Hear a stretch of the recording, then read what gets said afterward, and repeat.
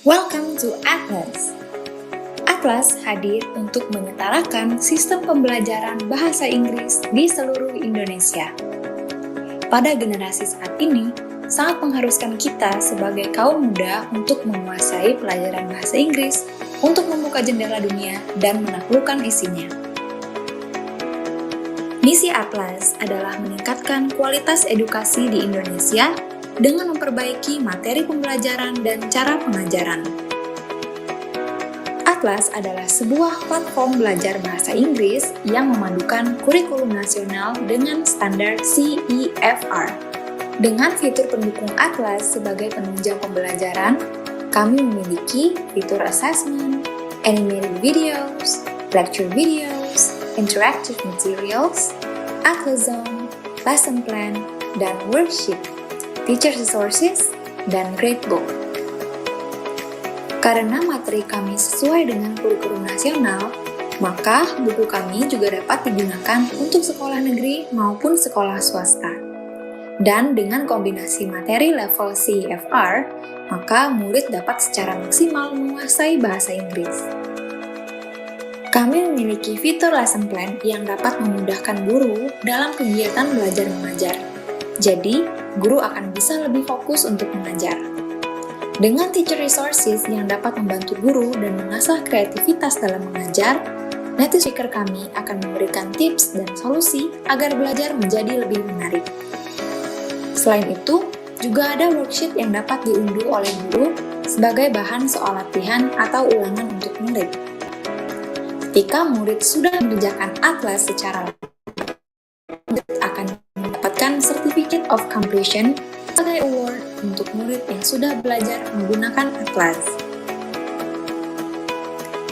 Dengan Atlaz, murid dapat meningkatkan higher order thinking skills, real world skills, dan karakter building. Buku kami tersedia dari grade 1 sampai grade 13. Dengan Atlaz, belajar bahasa Inggris bisa dilakukan oleh semua kalangan, dimanapun dan kapanpun. Atlaz, the next step to world-class education.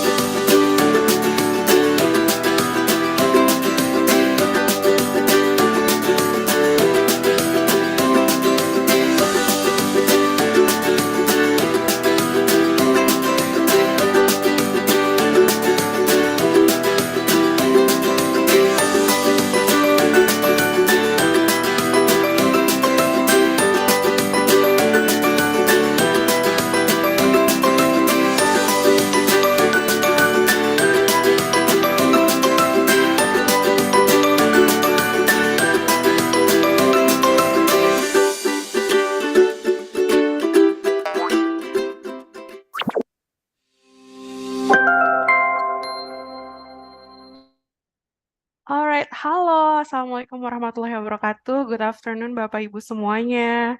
Apa kabar hari ini? Alright, how are you this afternoon? Okay, I can see many of you there. Alright, okay, so first of all, I would like to try to mute all of you for a moment. Alright, okay, so wait a second. And you are going to, yeah, we can interact anyway on our chat box. So it is okay for you if you want to say hi to me on your chat box. Okay, hi, Mr. Ricky. All right, there is Pak TR. Okay, thank you for joining us here, Pak TR.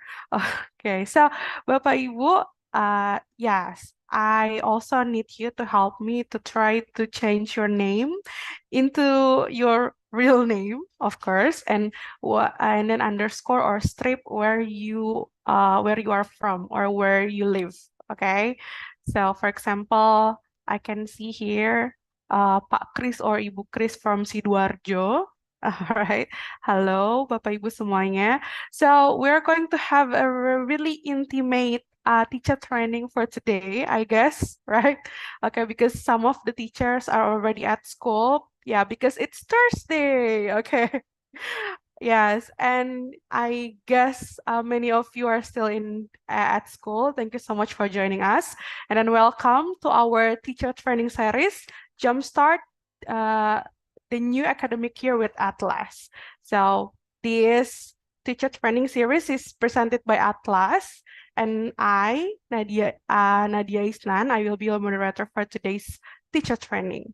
Okay, so why do we call this one as a teacher training? Because for on these 2 days, okay, Thursday and also Friday, we are going to have more intensive activities, and also the topic will be more about how you are going to develop your teaching process later at school with some features from Atlas. Okay, so our our first day of this teacher training, it is entitled Planning English Lesson for 21st Century Learners with Atlas.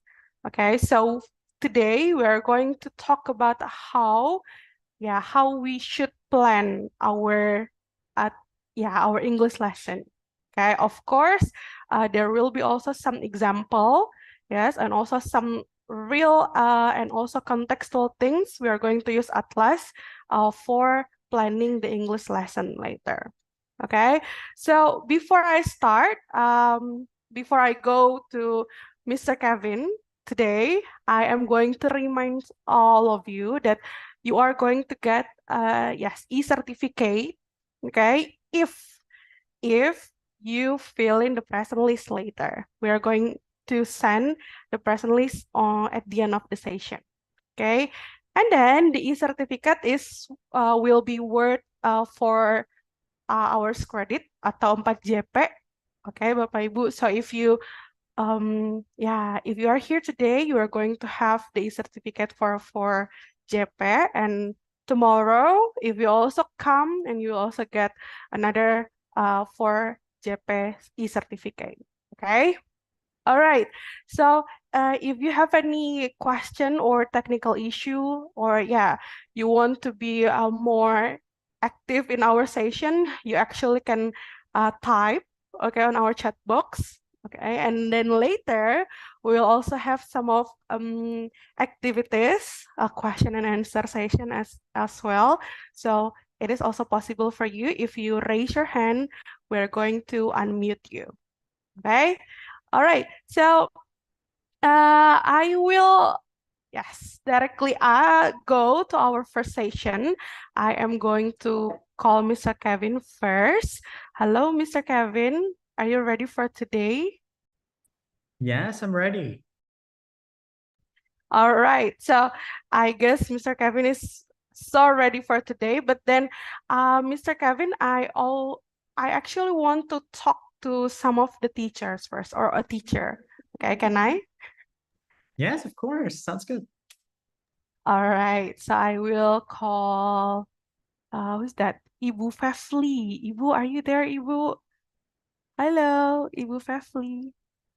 Okay, I will try to ask to unmute you. Can you unmute yourself, Ibu? Yes, Okay, there you go, Ibu Fefli. Where are you from, Ibu? I am from Padang, SMA number 3 Padang. Oh, nice. Okay, I guess Mr. Kevin is also from, he's just traveled to Padang, okay, some weeks ago. Okay, so Ibu, are you still at school? Yeah, still at school because I'm the committee of MPLS, new I student. Yeah. see. Okay, so you are still, so in your school today, it is still MPLS schedule? Yes, the last day. It is the last day for MPLS. The last day. All right. Ibu, okay. Thank you so much for joining us anyway. So hope you enjoy the session. Okay. Thank you, Ibu Fefli from Padang. Okay, now I am going to go to another another teacher. Can I see that? Oh, okay. Uh Oh, okay. I think someone is already changing his name. Pak TR. It is actually Pak Tongam Roni. Okay. Can I try to unmute you? Hello, Pak Roni. Yeah, that's okay. Hello, Okay. Miss or ma'am? Miss Nadia. Okay, you can Miss call me Miss Nadia. Nadia. All right. So, Pak Roni, where are you from, Bapak? Actually, I'm from a remote area from Where is it? Sidikalang, Okay. and I really can't on to join this webinar because it's really useful for me actually to be a qualified English teacher. So actually, the name of capital city here, Sidikalang, North Sumatra, Oh, is in North quite far from Sumatra. Medan. Quite far. How far it is, Bapak? Yeah, How far is it? around 250 kilometers from Medan. Oh, okay. Wow. How many hours do you spend to go to Medan? Approximately around 4 hours to 5 hours 4 hours. if we don't have a traffic jam. I see. Okay. So, Bapak, as a English teacher, it is not easy for me to count numbers. Yeah. Yeah, So that's why to it's okay. yeah, You can call that's why me Ronnie. I asked the hours, not the Yeah. not the kilometers. Okay. Uh, It's so hard for yeah, me yeah. to imagine. So if it is 4 hours, yeah, I can imagine that. Oh, this is from my house to somewhere. Okay. All right. Okay. Okay, Paroni, thank you so much for joining us Okay, thank from, you, Miss. one of remote area in Indonesia. Thank you. And Paroni also said that he has some internet connection. Yes, Paroni, that's okay. Okay, so later, if you cannot join our Zoom, you actually can go to our YouTube. Okay. So, Okay, Miss. Welcome. yes, thank you, Paroni. All right, so I also would like to greet some of the teacher who join us from YouTube. Halo Bapak Ibu, I can see there is Ibu Reni. Okay, thank you Ibu Reni for joining us from SMPN 236 Jakarta. All right.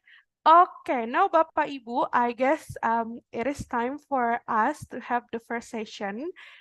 So Mr. Kevin will talk about how to plan the English lesson, and I also encourage you, Bapak Ibu, to try to go to our academy, Atlaz Academy. Okay, I will type the website, so you can go to academy.hiatlas.com. Thank you, Mr. Kevin. You can sign up there. So while Mr. Kevin is explaining about the English lesson planning, yes, you also can try to sign up because today, okay, later in the chat box, I will also share the book code that you can redeem, and it will be valid for 1 month. Okay, so you can try that one. I know that this is the first month of the new academic year, and as a teacher, we are trying to plan the lessons, right? We're trying to give the best for the student. Okay, it is like giving the best first impression for the students, right? So we believe that you also can try to take a look at to Atlas, and hopefully it will fit your goals and also your goals and also your students' needs. Okay. All right. Now, without any further ado, I would like to call Mr. Kevin. This is yours. All right, thank you so much, Miss Nadia. So, okay, so hello, good afternoon, everyone.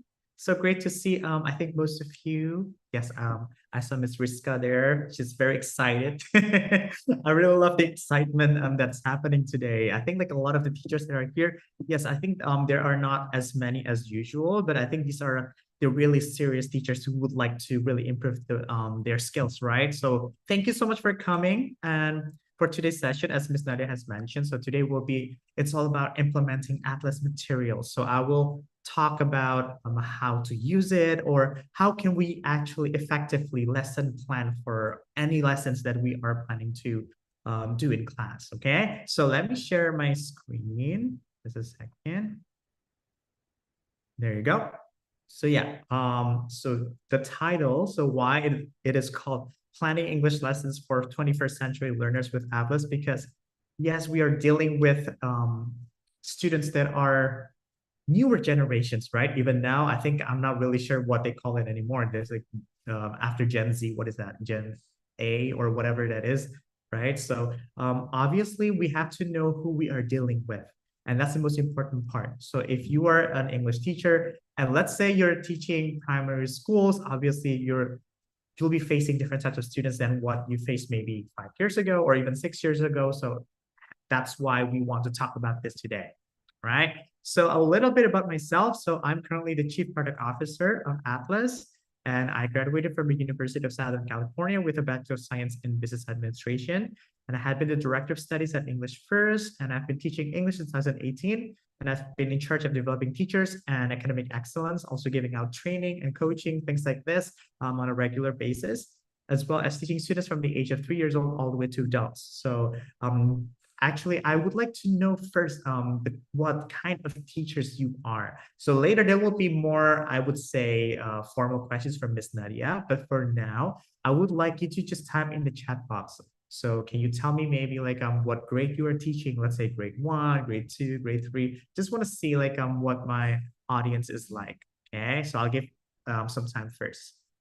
Yes, good afternoon, Mr. Robertus. So just type in maybe like teaching grade 1, for example. Just type in what grade you are teaching right now.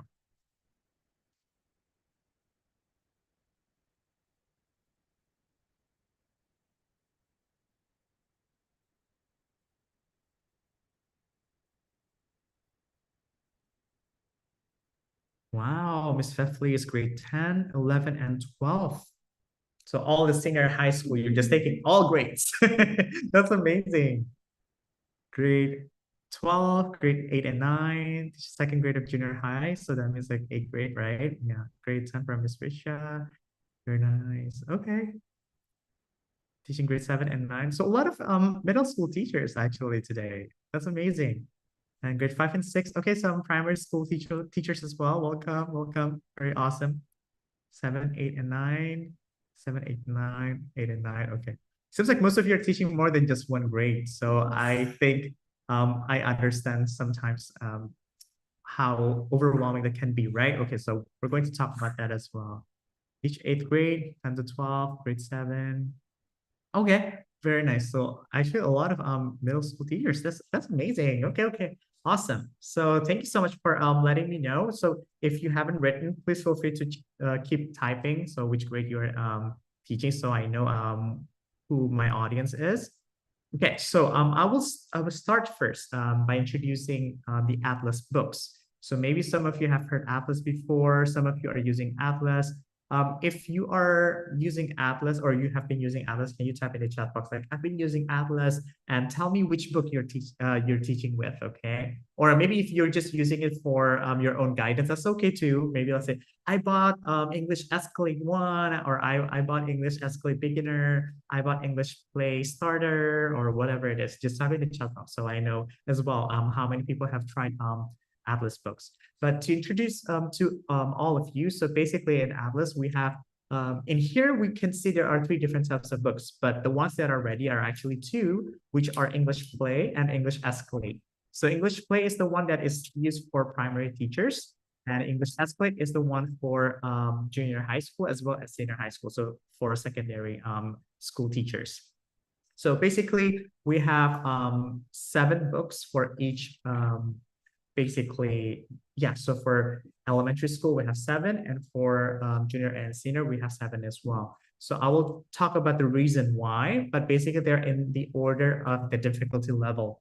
And yes, it seems like it's grade 1 supposed to be using this book, grade 2 supposed to be using this book. Yes, we can see it that way, but actually it goes beyond that. We have to actually see what their CEFR is. And I will talk about CFR a little bit. So just to give you some ideas, I think most of you probably have heard what CFR is because it's in Capaian Pembelajaran, right?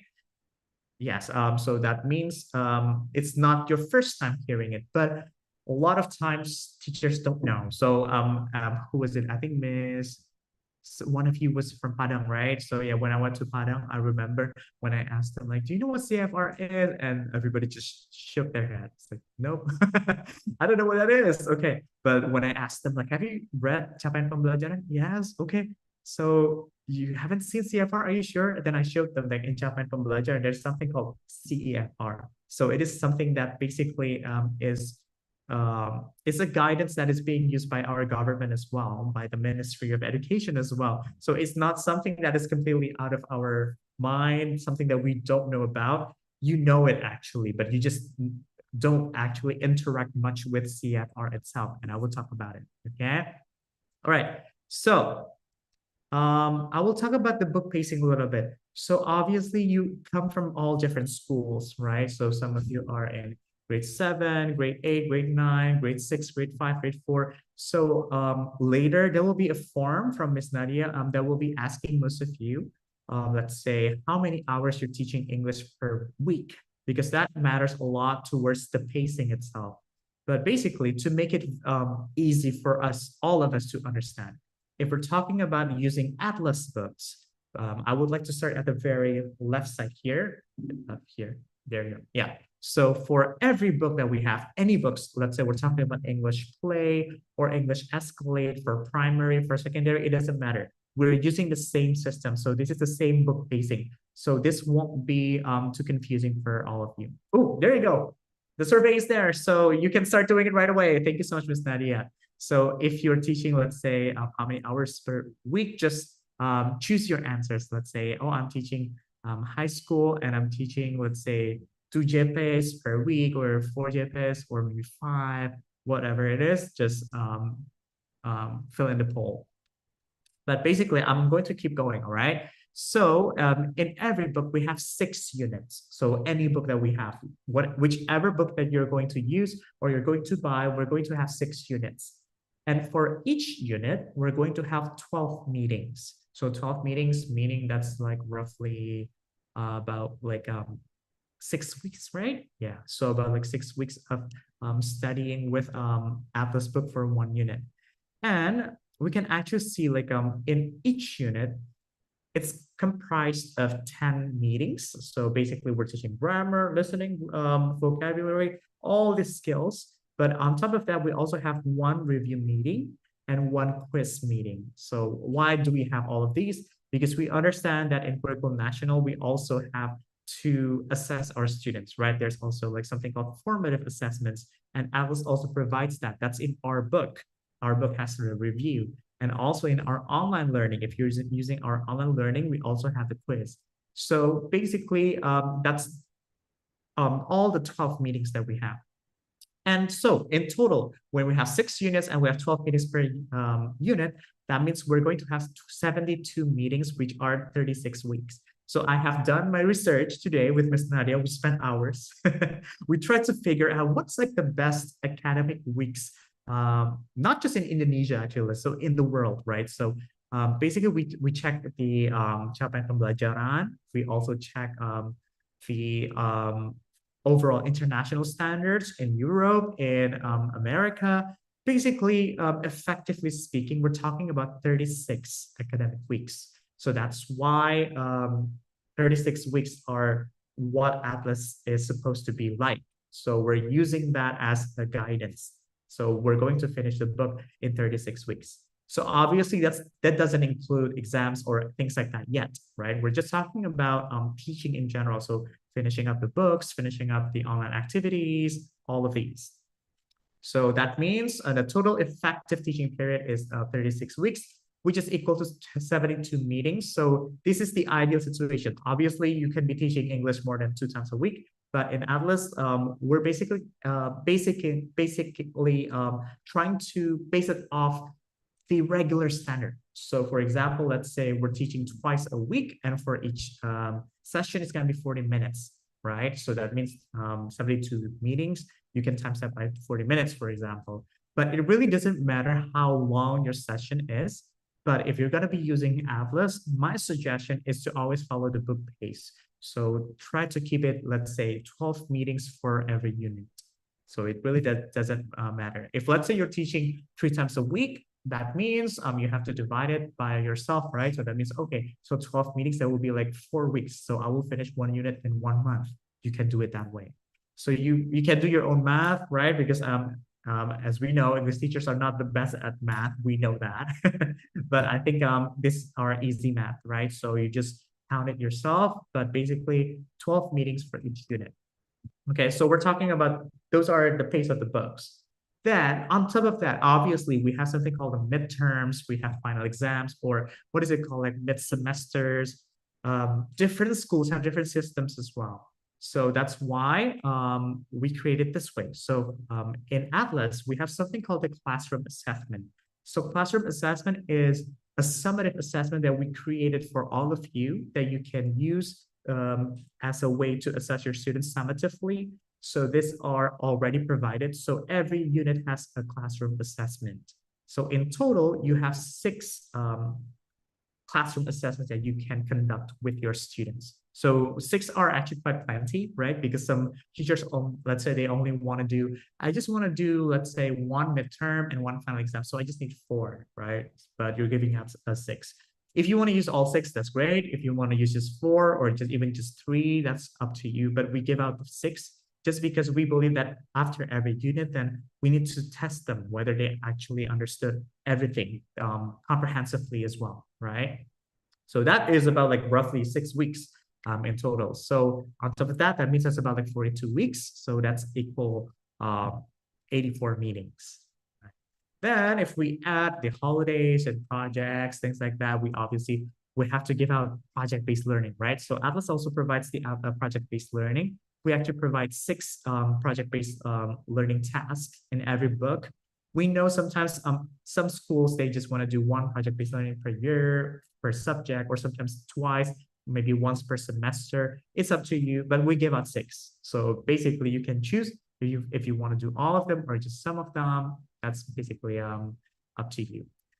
So, but the most important part is the pacing itself, right? Because in total, 1 Atlas book, any book that you're choosing, we plan it out for 1 academic year. So that's the most important part. And that's comprised of all these things, right? 36 weeks of the total effective teaching period, plus the 6 weeks of the exams, plus the 10 weeks of the holidays and all the other things that you have to do, such as projects and things like that. So that is the pacing. So in terms of the duration, we'll leave it out to you. In the lesson plan later, you will be able to see that we have 40 minutes or sometimes 35 minutes. It's depending on the capaian pembelajaran itself. But if you need to use it, let's say, what if, let's say I'm teaching 2 hours of English per day. Can I just maybe do 2 lesson plans in 1 day? My suggestion is not to do it that way. My suggestion is still to use just 1 lesson plan for that meeting, but you try to expand the task, basically, so make it longer. Why? Because if we are just trying to put everything all together, so we're trying to mix 2 lessons into just 1 lesson, it would be too much for the students, and I think it won't be an effective teaching. For us, maybe as teachers, yes, yay, we accomplished a lot of things today. We went over reading, grammar, vocabulary, listening, almost all skills. That's amazing. Okay, that's great. But when we're asking the students, maybe they feel overwhelmed or they don't even remember all of the things that you taught them, right? And that's not what we want. So we want students to learn effectively because at the end of the day, it's supposed to be student-centered, right? Not teacher-centered. So we focus on the pace according to the students. So if you have the option to make it longer, I would suggest just make it longer. But if you have to cram everything into one, let's say, but I'm only teaching 20 minutes, Mr. Kevin, how can I do that? Then you have to cut out some activities, obviously, right? And that's fine too, because Atlaz, we provide a lot of activities. When you're using the book, you will see. It seems like it's just too much to be done in 1 year, Mr. Kevin. Are you sure that students can all do it within 1 year? Again, it's up to you, but we provided just enough so that you don't have to keep looking for other materials. That's enough for the students to fill in. And it's not about finishing the book, right? It's more about the students understanding the lesson. The book, the online learning, our facilitating, those are all support towards the students' learning. That's the most important part that we need to understand. That's why this is called the 21st century types of learning. It's not the way it used to be when we were learning English in the past, where everything is just, let's finish the books. We have to finish up the books really quickly, so we have to finish everything within 1 unit. That's not how it works anymore. So the pacing is a bit different, right? So you have to adjust according to the students' needs. Okay, so it seems like I think the poll is pretty much done, but it's still 78%. So there's still about 22%, right?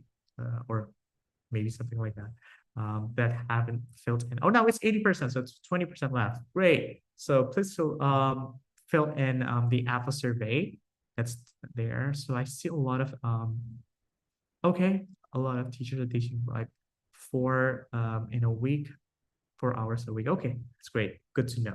So that means I will explain it later when we're taking a look at the lesson. Okay, so Miss Nadia, please don't forget to take a screenshot so we can refer back to the data later. Okay, good. So in terms of the books, so we talk about the books, right? The book pacing. Now let's talk about the curriculum. So what is Atlaz based on? So how did Atlaz come into place? Like how did we invent it, right? So it's basically these two. You can take a look. It's national curriculum as well as CEFR. So anybody knows what CFR is? If you do, can you please type in the chat box? I just would like to see like how many people actually still remember what CEFR stands for. If you attended my previous webinars, I think I mentioned it at least like 3 times already. So what does CEFR stand for? What do you think it is? So I'll give some time. So type in the chat box. What is CEFR? So national curriculum, we obviously know it, right? But what about CFR? Do you know what that is?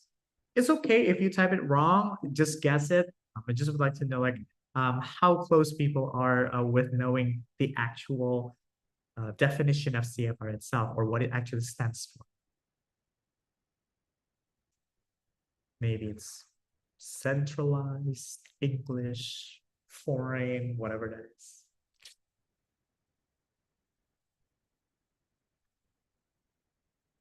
Ooh, okay. So one person has answered. All right. I'm not gonna say if that's right or not yet. So give us some opportunities for the others to try as well.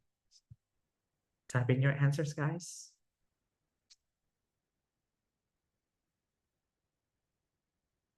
That's okay for those who just joined us. It's great to have you here. Don't worry. So I was just asking, do you know what CEFR stands for? Okay, so I think some of you have got it right. That's great. Yes. Okay, so I'll tell you, right? So Miss Nova there got it right. So Common European Framework of Reference. Yes, the language can be there. It doesn't have to be there, but yes, the CFR itself stands for that. Organizing language proficiency in 6 levels, A1 to C2. Very nice, Mr. Roni, right? Very, very awesome. Great. Okay, any other answers?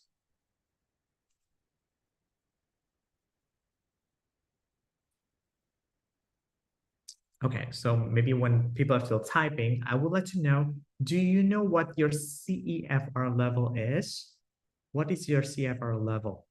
So we know from Mr. Roney there's like A1 until C2. So if you have heard of your CFR, tell us, what is your CFR? Okay, B2, okay. That's great, yes. So be proud of your proficiency skill, okay? So it's not about competing, it's not competition. It's not like, oh, my English is better than yours. That's not it, okay? We're gonna talk about what we use it for. C1, okay? Around B2 to C1, C1, okay? B2, all right.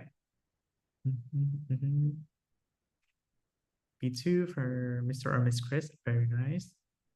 Yeah, so roughly like between like B2 to C1, right? Okay. And my next question is, do you know for your grade that you are teaching or the grades that you are teaching, let's say if you're teaching grade 10, 11, and 12, what is expected of them? What CEFR level they should be in? Oh, Mr. Rahman doesn't know it. Yeah, so I think Miss Nadia is going to approach you, like how to know your CFR level. Because we also have the Atlas English test that you can take, and it will tell you what your CFR level is. B2, C1, C1. Okay. Wow. All right. So Ms. Presley is level C1. Okay. B2. Okay. Wow. Okay. That's very awesome. So it seems like you know like your students quite well to know like what is expected of them. Okay, then the next question. This is more about your understanding of the national curriculum. So what is expected of students to graduate from high school? So let's say they finish grade 12. We're talking about regular school, okay? We're not talking about what is that? Tingkat lanjutan, right? We're not talking about the advanced level, just regular, normal. What is expected for them to finish off high school with? So what CEFR level they should be in when they graduate from grade 12? What is expected? What do you think? Just, if you don't know, that's fine. Just try to guess. Let's say you're teaching, I'm teaching grade 1, I'm teaching grade 5, I'm not teaching senior high school. How should I know everything about high school? You don't have to know. I'm just wondering, what do you think is expected from the government? So, because we have to think in the long run too, right? Even if we're teaching grade 1, or for me, when I was teaching kindergarten back then, I still needed to think like what my students should be reaching out when they are finishing high school later on, right? Because we have to think about it in the long run, not just about what we're teaching right now. A2 should be students are able to communicate and use English for life. That's awesome. Yes. Be able to develop basic concept. Sure. Yes.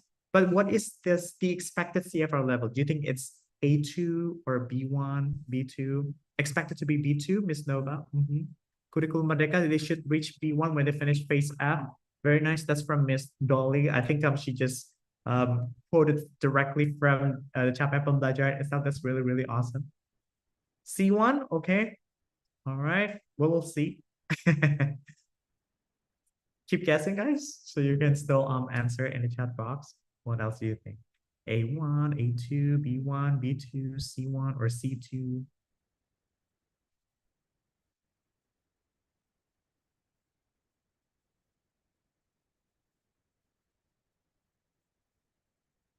C1, you wish? Okay, yeah. So at least better from teacher. Oh, okay, yeah. Well, that's our dream, right? As teachers, we would like our students to be better than us.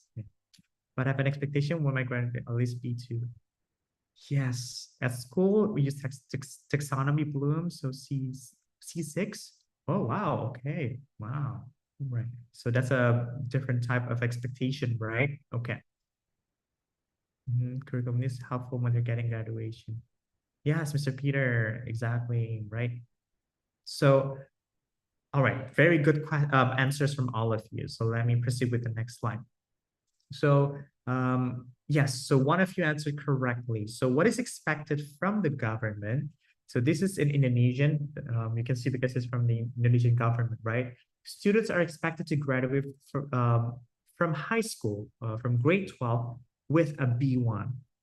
So when we're talking about B1, we can take a look, right? So A1, A2 is basic, B1, B2 is independent, Christian is C1, C2. So there are in the middle, B1.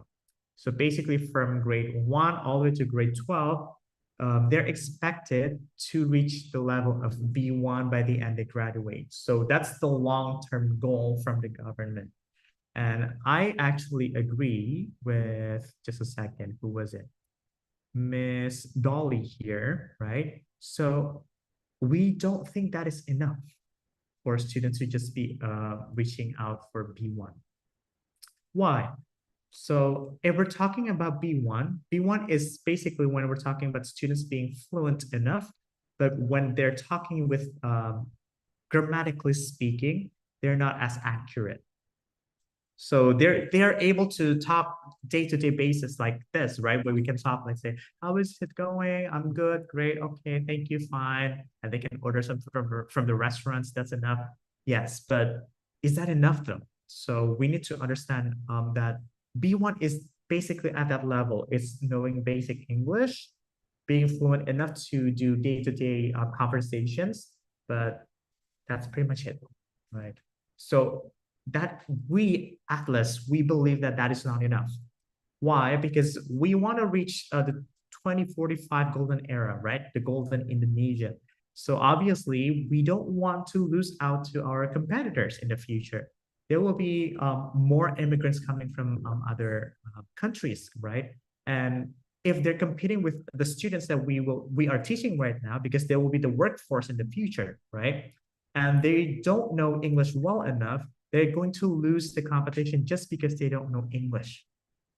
And in the workforce, it's not enough for most of the professional work places now to just have a B1.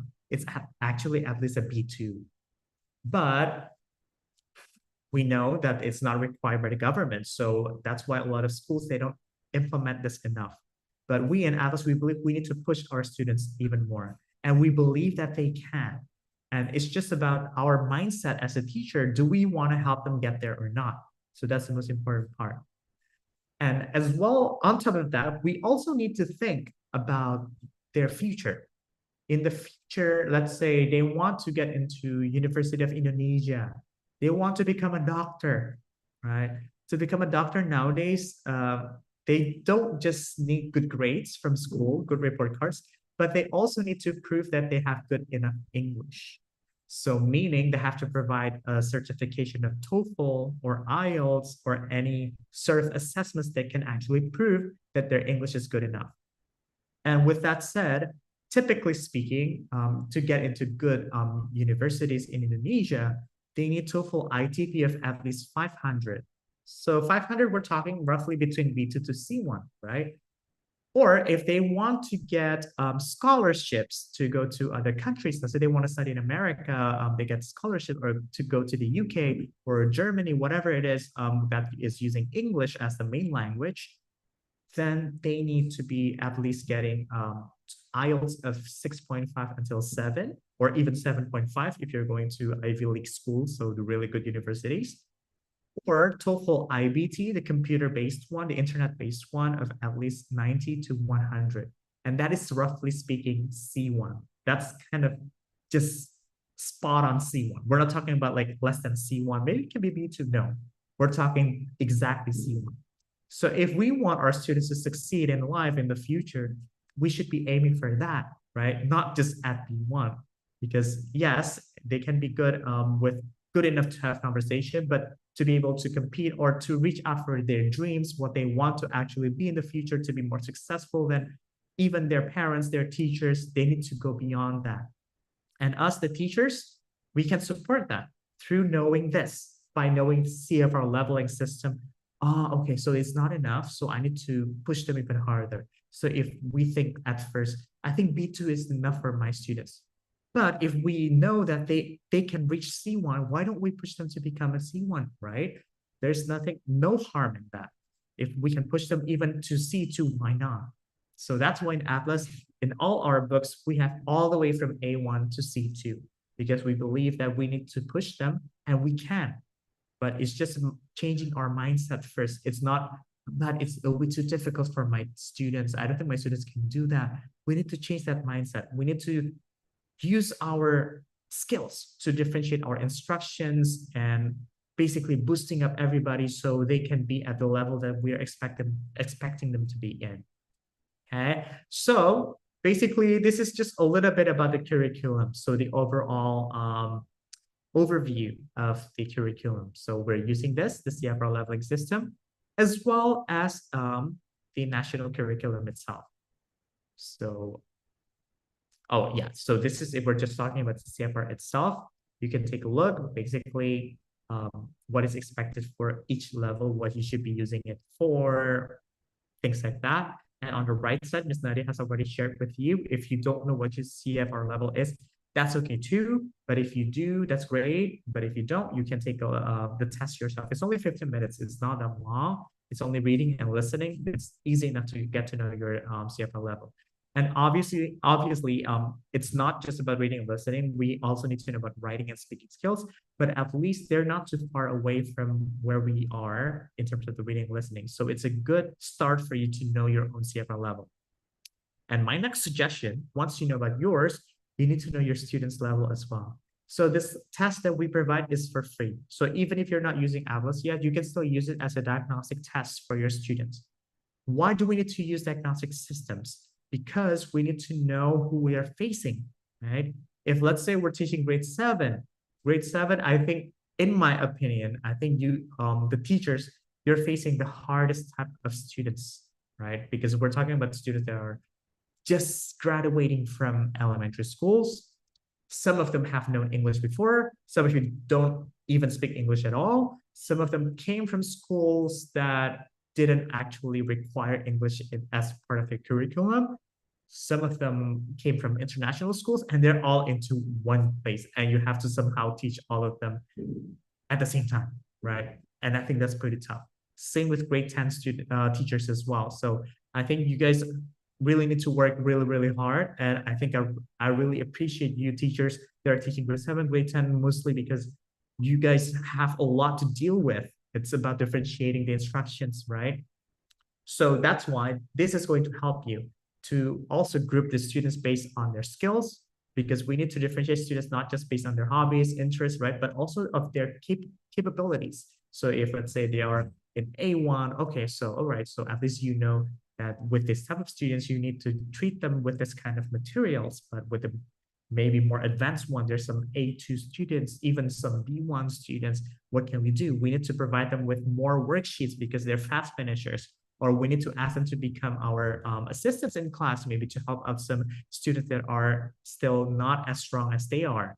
So things like that. So it's very much important for you to know your students' level as well. Okay. So next, this is about the national curriculum as well, right?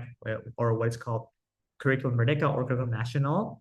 Basically, it's divided by the phases. In Atlaz, we also divide it that way. So you don't need to worry because everything is based on CFR as well as the national curriculum. So we understand, yes, we have the books for PAUD, right? Also phase A, phase B, phase C, D, and F, E, and F. So we will take a look at each one. But today, for time's sake, because we don't have a lot of time, because if we need to dissect each phase, I think that will take 3 hours, and I don't want to bore you with all of it. So we're just going to take a look at some samples. So for example, for phase A, I'm just going to take an example from grade 1, from phase D, maybe just from grade 7, from phase E, just from grade 10. So we just take a look what it looks like. And I'm going to just show it to you in terms of how we're using Atlaz from unit 1, because I think that's the easy way to start, right? Instead of like us jumping to different units, we'll start from the easiest one first, okay? All right, so these are basically our scope and sequences that you can take a look when you are using Atlaz. So here, let me just skip it first. It looks something like this. So basically we have everything that the capaian pembelajaran needs.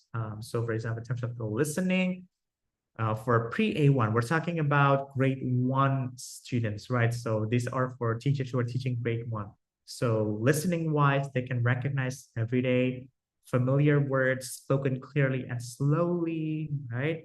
In terms of their reading, they can recognize familiar words accompanied by pictures. In terms of their speaking, they can produce short phrases about themselves, giving basic personal information, and in terms of writing, can give basic personal information in writing. So it's not that difficult, right? And it's actually not that specific as well. It's quite general. And that's what Curriculum National is, or Curriculum Merdeka.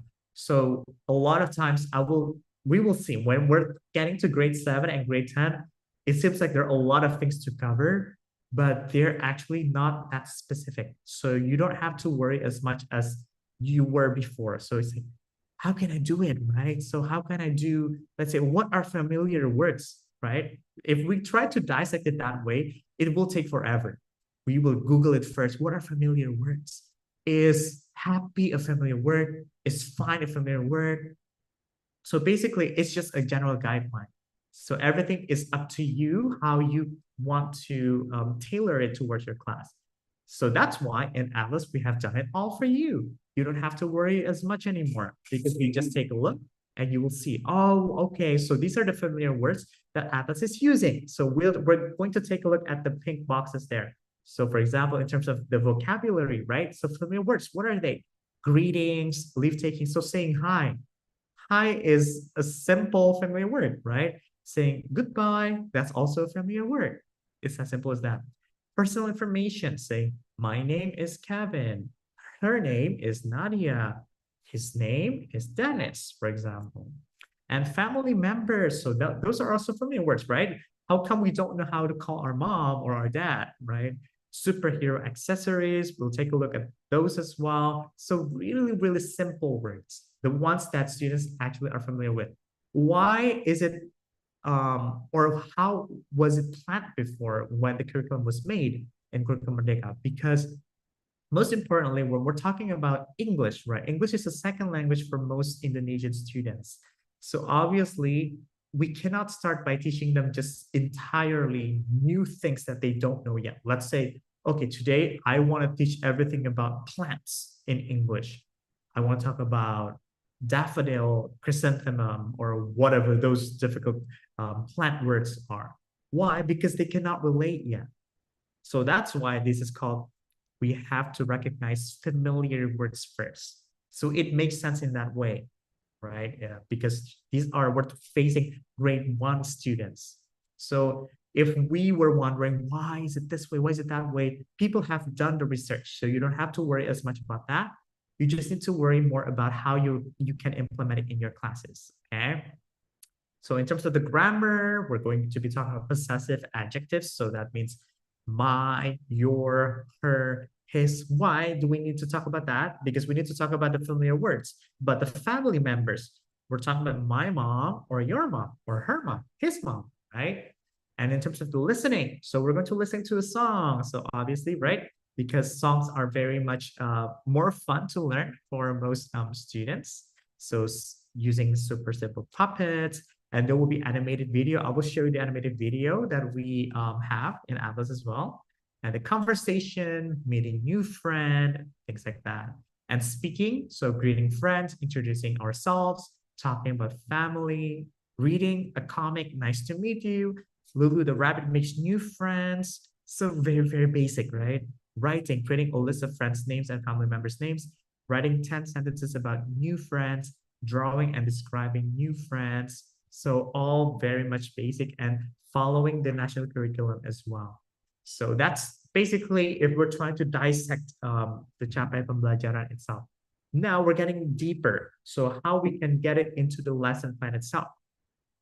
So if you're using your phone, I apologize because they will look very small, but you can zoom it in by just pinching it out, basically. So you can zoom it in so you can see what I'm talking about. So later we will have more lesson plans to see, but for now I'm just going to read it out to you because I think most of the time it's not that difficult, but most Indonesian people, we don't like reading as much.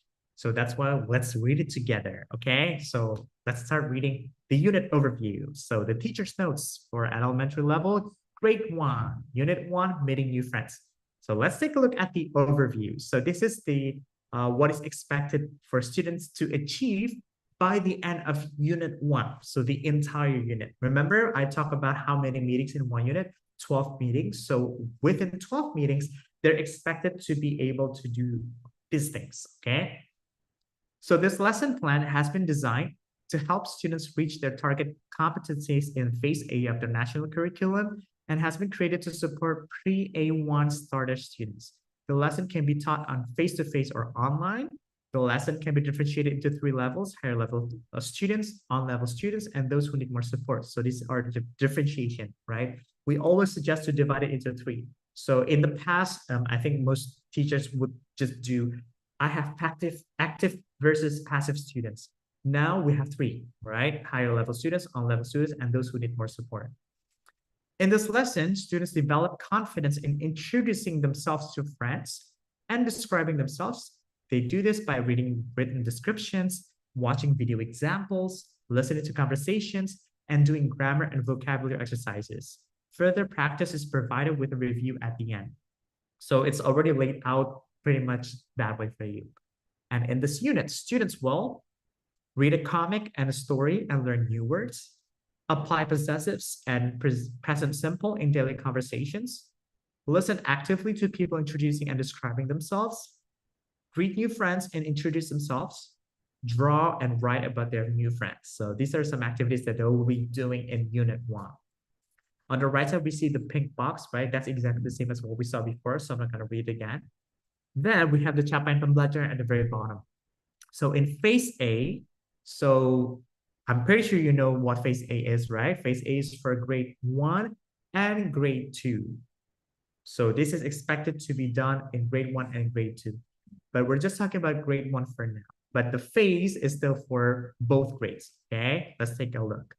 At the end of Phase A, in developing listening and speaking skills, students follow or respond to simple instructions or questions in English and articulate basic vocabulary effectively. In this phase, students heavily utilize visual aids and nonverbal communication to assist their communication activities. Students understand that reading is an individual or group activity that can be done for pleasure, reading for pleasure. They comprehend that the pictures in books read by the teacher or observed by students have meanings. They respond orally, visually, and or non-verbally to simple text read or pictures observed. So basically, what it means, this is not about students writing paragraphs, right? Or writing long sentences. It's about just understanding simple instructions and able to respond back. So responding back doesn't have to be like, oh, hi, my name is Mr. Kevin. I can blah, blah, blah, blah. Doesn't mean that way. Even just understanding us, we're asking them, what's your name? My name is Miss Nadia. That's already Phase A learning outcome done, basically. It's as simple as that. But obviously, it takes more than just 1 grade, right? Because Phase A, it means grade 1 and grade 2. But we should be working towards that, right? Basically. So what I'm going to be talking about next, so after the unit, we need to talk about the lessons themselves. So we have 12 lessons in total for 1 unit, right? So that means the first lesson that you see here, this is 1 out of the 12. So you can take a look later once you have the access to the academy.atlaz.com. You can take a look at it yourself, but it looks like this. Let's read it again, okay? So lesson 1, reading 1, unit 1, reading 35 minutes. So again, the duration, it depends on your class. If your class is more than 35 minutes, you can adjust it. You can make some activities longer, or if it's shorter, you can cut out some activities as well. Those are up to you. So the objectives, the capaian pembelajaran, right? For Phase A, in terms of reading or listening, right? So I will read it in Indonesia. Merespons secara lisan terhadap teks pendek sederhana dan familiar berbentuk teks tulis yang dibacakan oleh guru. Menunjukkan pemahaman teks yang dibacakan atau gambar atau ilustrasi yang diperlihatkan padanya menggunakan komunikasi non-verbal. So that's why you see a lot of pictures. There are songs, gestures that will be we will see later in the lesson plan itself. And also we have the Profil Pelajar Pancasila as well. Yes, we understand that even for grade 1 and grade 2, they're not required to do all the Profil Pelajar Pancasila, but we understand that grade 1 teachers, you might not just be teaching them English, right? You might be teaching them English as well as math. You might be the subject teachers. You might be teaching all of the subjects. So you need to somehow incorporate the Prophet Pelajar Pancasila as well. That's why we include it there, so you don't need to worry that, oh my God, I forgot to do the Prophet Pelajar Pancasila. It's all in there too. Okay, so berakhlak mulia, mengenali persamaan dan perbedaan, right? Berkebinakaan global, belajar mengenali bahwa perbedaan adalah sebuah ragam pengalaman, bergotong royong, belajar bekerja sama, berkomunikasi, berkoordinasi dengan teman. So a lot of interaction, right? So even as simple as us starting out with just asking people's names out, those are what is being asked for this phase. And tujuan pembelajaran, siswa menunjukkan respon terhadap teks visual sederhana bahasa Inggris dibacakan oleh guru, siswa menemukan beberapa informasi dari sebuah percakapan pendek atau teks visual sederhana dibacakan oleh guru, siswa menggunakan bahasa Inggris verbal sederhana dalam sebuah percakapan atau interaksi sederhana dalam lingkup sosial ruang kelas dan keluarga, siswa menunjukkan pemahaman akan teks atau percakapan pendek yang dibacakan oleh guru, right? So we will see later how these are all laid out into different activities into one lesson. The target language. So we're talking about possessive adjectives, family relationships, as well as animals. Really basic stuff, right? And the aim, lesson aim. So this is something that I can never stop emphasizing. Basically, you must have an aim for every lesson that you have. So you cannot just have, I just want in one unit for students to be able to do all of these. For that one specific lesson that you're teaching for that day, you should have at least one aim itself. That's why in the Atlaz lesson plans, you will see every meeting has an aim itself. So at the end of this lesson, students will learn how to introduce themselves by reading a comic. And the second one, match pictures with animal names. Easy, right? So just 2 lesson aims for today. We're going to take a look how they are. Okay, so here, yes, it seems like it's very long, but let's read it really quickly, okay? So the first one, we have something called the warmer. Every lesson plan has a warmer. Why? Because we never want to come to class just by saying, good morning, students. Let's open your book, turn to page 96. And then we start our class. We never want to do that, okay? So that's not how teaching 21st century is like. We need to start with a warmer. Why? Because we need to get them in the zone. So Ms. Nadia mentioned something about contextualizing. How can we contextualize if they are not in the zone of learning English? Why do they need to learn English, right? How do they know that they're learning English with you right now? How do they know that they need to switch their brain that this is time for learning English? It's through this warmer, right? This is a part of the scaffolding process itself. We're laying it out for them first. So let's read how we do that, right? Read the students by using one of the target languages. Let's say we say hello or hi, just choose one. Then introduce yourself. So, hi, my name is Mr. Kevin. Tell them that it's always nice to say hi to your friends. So we tell students to say hi to each other. Can you say hi to your friends, right? So just say hi. It feels good to have somebody greet you at the start of your day. So when you're meeting a new friend, always say hi, for example, right? Say your name and ask the students' names. For example, my name is Mr. Kevin. You can call me Mr. Kevin. What's your name? So maybe Miss Nadia will say, I'm Nadia. Okay, hi. Then we ask everybody in the class to say, hi, Nadia. It's as simple as that. This is the first lesson, right? Obviously, we want the first lesson to be impressive and to be more warm instead of students not knowing each other or strangers to each other. We want them to know each other as well. Then you explain that today they're going to learn how to introduce themselves to new friends. So this is, I would say, a lot of questions that teachers asked me in the past. Should we tell students what we're going to do? But they don't really understand English yet, right? Let's say we're teaching them English for grade 1, but they don't understand English. Then we tell them that we're going to learn how to introduce ourselves. So do we need to do that? Yes. So I always say yes. Why? Because it's a conscious act that you're doing as a teacher to remind yourself what your lesson aim is. This is that important moment so that you don't forget what you're aiming for.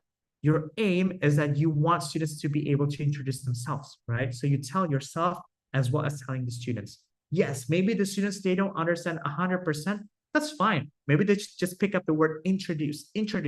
Okay, students, we're going to learn how to introduce ourselves. they learn introduce. In the next lesson, you're going to remind them again, oh, we learned about how to introduce ourselves. Let's try to introduce ourselves today.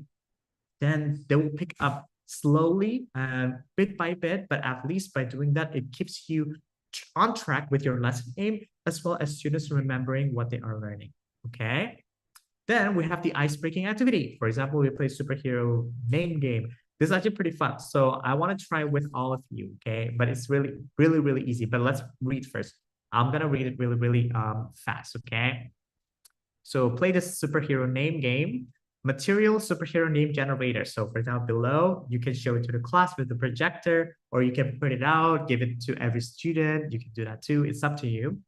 So number one, you demonstrate the activity. You say, hello, I'm Kevin Fabrian.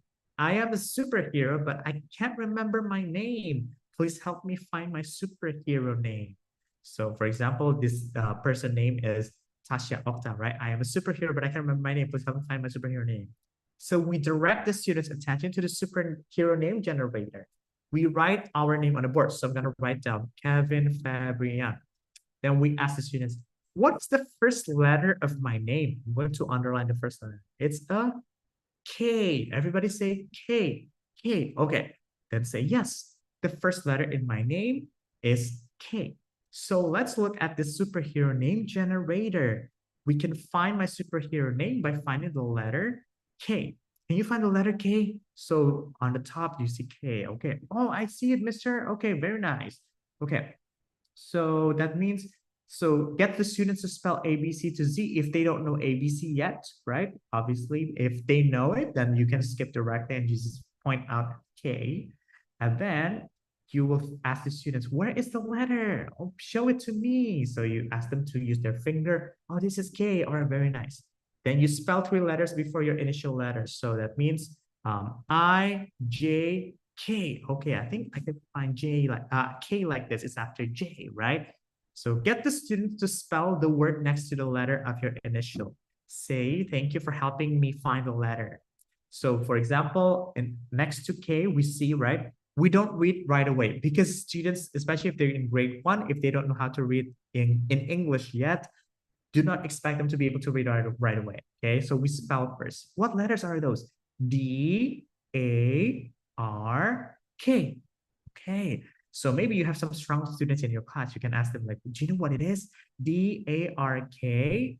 Okay, it's dark. Then you ask students, can you say dark? Everybody, dark. Let's try again. D-A-R-K, dark. Simple, right? Yes, we're not expecting students to do it right away, but they can mimic us. So that's a part of the process itself, right? Copying what we're doing. So that's actually, I just did number 9. So number 10, thank the students for helping you to find the first part of your superhero name. Then tell the students that the superhero name has 2 parts, the first name and the last name. So now repeat the steps to find the last name of your superhero name. So same thing all over again. My name is Kevin Fabrian. So I'll write down Fabrian, right? What's the first letter? It's an F, Mr. F, F, F. Okay. So we should find in the bottom part because it's the last name. That's my last name, not my first name. So can you find F? Same thing again. It's like A, B, C, D, E, F. D, E, F. What is F? Let's spell it together. W, I, N, G. Okay, does anybody know what that is? That's wing, mister. Oh, great. So wing. So W-I-N-G, wing. Together, everybody. W-I-N-G, wing. Okay, so then we know wing is our last name, for example. Then what else?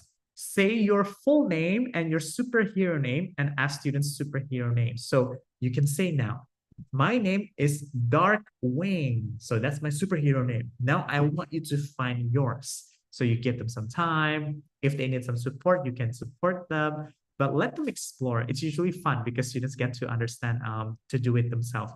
But they might be struggling with the reading, so you might have to help them out with that. But at least you can start there. Okay.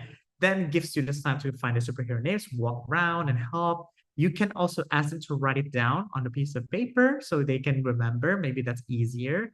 But if they don't know how to write well yet, then you don't need to ask them. Just ask them to point out where what it is and they can remember.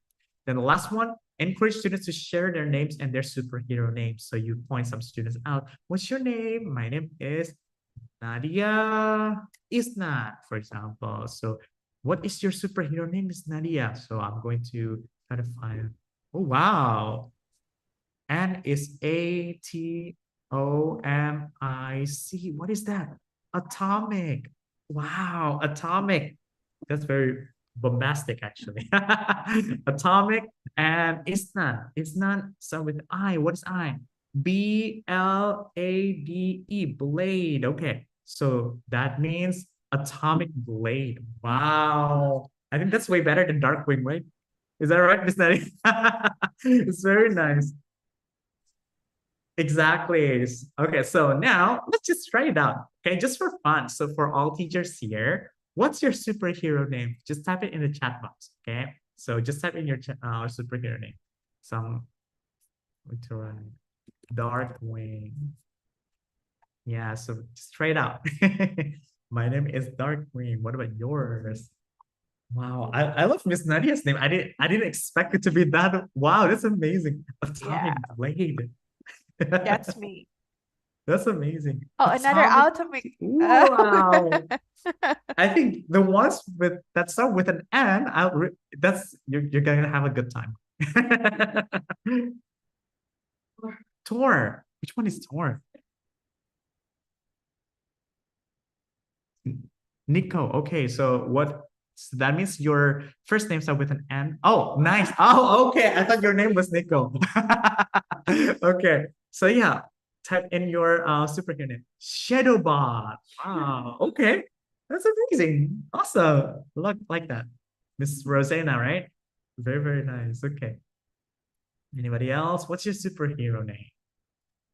Maybe somebody that start with A. I think that would be awesome too. Like Captain, right? Captain something.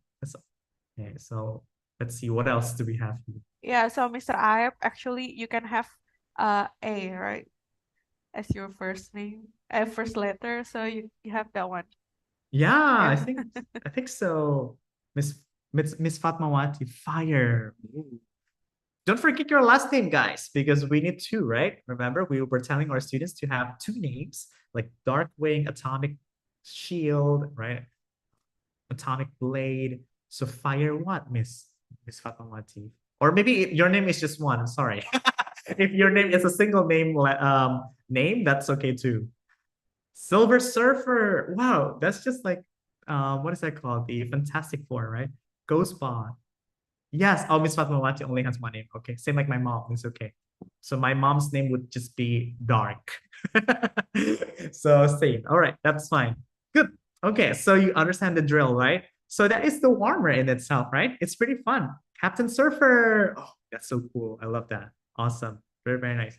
So you can do that, right? So you don't just start the class by just telling them what we're learning, but you start with something fun first, right? And this is actually already starting to learn because we learn how to read the alphabets, and we also learn how to spell. We learn how to blend a little bit, how to combine our two names, understanding what first name is, last name is, and students get to know each other too. Oh, your name is Captain Black Bolt. You are Atomic Shield, right? That's gonna be fun for the students to do as well. Okay, so that's the warmer stage. And in my opinion, if this is your first class, you can have the warmer stage as long as you want. Okay, even if you don't get a chance to do the reading stage later, that's fine, because you need to build that bond between you and the students first, as well as the students with each other. So those interactions are really important in the first meeting. I add Robin. Wow. Okay. So that's your own name, probably, sir, right? Otherwise, it would be Shadow something. Okay. Cool. All right. So then the next stage, the leading stage. So sometimes there is leading stage. Why? Because we need to somehow shift, right? From the warmer all the way to the next stage, which is the reading stage, where we want to do. So the right side, we see the book, obviously, but we want the students to open their book first. So this is their first time knowing Atlaz, right? Knowing the book. So we direct the students' attention to the unit cover page. So we ask them actually to see the front page like this, right? This is the front page. So we ask them first, okay, can you take a look what that is? I see there's a bird, there's a rabbit, there's a hippo, or maybe if they don't know English yet, right? So they can say it in Bahasa, that's fine, but we still tell them in English, okay? So they can say, Kudanil, Mr. Kudanil, burung, kelinci, okay. That gets them started, right? Because those are the things they know. So don't blame them for saying it in Indonesian. That's fine because this is their first lesson, so that's fine. But we tell them that, oh, you know how to say that in English? It's hippo, and that's bird. This is a rabbit, for example. So then the next stage, we tell them that in this picture, they're looking at superpowers just like now.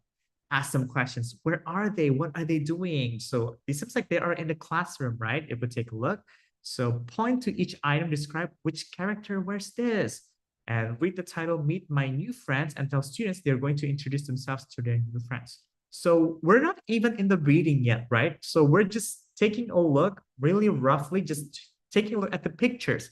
We're not looking at the text, not at all. So we're just taking a look at the pictures. Okay, they see there's a tiger, there's a rabbit, there's a monkey, bird, okay? So in Atlas, in every unit, we have something called the animated video. So the animated video is used for listening. But for me, I love to always show my first lesson with a video. Why? Because that gets the students to be excited. Ooh, we're going to watch a video, we're going to learn. So that's what I'm going to do with all of you.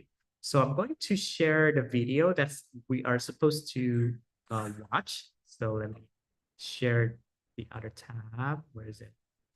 Ooh, is it the full screen first? Okay, so it seems like, oh yeah, don't forget to share the sound. Thank you, Miss Natty. So let me share sound, right? And I'm going to share this. So this is the animated video. Basically, it's just for the listening, but I like to use it on the first lesson of every unit. Why? Because it gets them to be more engaged. So it gives them some context as well, what we're going to learn. So we told them to take a look at the picture, right? So they saw the characters, but they don't know who these characters are. They just know these are animals. So we're going to take a look what the video is like, okay? So we're gonna watch the entire video together, okay? So bear with me. So I'm just going to play it. I'm going to mute myself. I'm going to play it, okay? So let's watch it together. Now, you are going to watch a different video. The characters are being superheroes. Yes, with superpowers. Are they going to save the world? I don't know. Maybe. Let's watch together.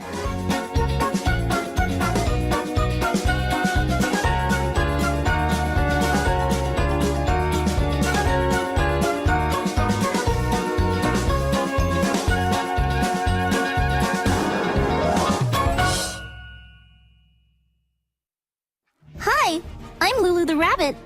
But today, call me the Warpster. My superpower is teleportation. Now I'm here.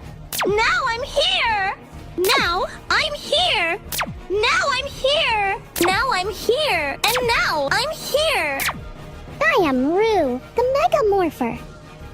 Her superpower is size expansion. Yes, I can transform myself into a giant. Who are you? It's me, Otto, the Sky Blaster. Whoa, what's your superpower? Flight. I can fly very fast. Look at me fly. I'm Louis, the multi-splicer. I have the power to create duplicates of myself. Check it out.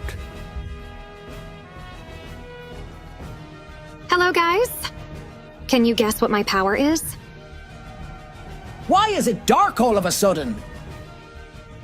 Look, she has glowing eyes. Yes, I can see in the dark. I am the Shadow Gazer. I am Max, the Speedster. I have super speed. Watch me run. Huh? His power is similar to Lulu's. Guys, I think we need a name. The Super Six. Nice one. But I think we are missing something. Oh, I know. Every superhero team needs a supervillain.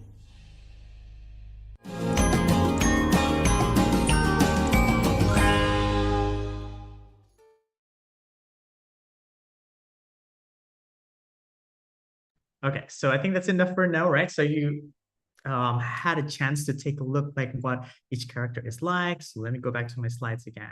So, oops. All right, just a second. I think slideshow.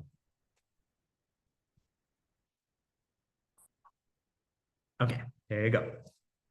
So we took a look at the video, right? So usually the students are very excited. So we can still ask them. So like, okay, so what is his name? What do you remember her name? Maybe some of them like, I know Rabbit. I don't remember her name. That's okay, right?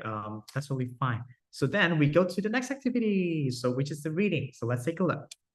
Ask them if they like to read and if their parents read to them. What book did they read recently? So we start by actually asking them something they can relate to, because this is a book as well, right? Sometimes when students are faced with school books, they just have this mindset like, oh, this is going to be something they're going to learn, right? So it's not going to be as fun as reading storybooks, but we can actually try to relate. If you read storybooks before, now we're going to read a storybook too, which is a part of the learning book that you're using, right? So basically that's how we can relate it, make it relevant. That's a part of the scaffolding process as well. Tell students it's so fun to read and enjoy wonderful stories. Encourage students to ask their parents to read to them every day.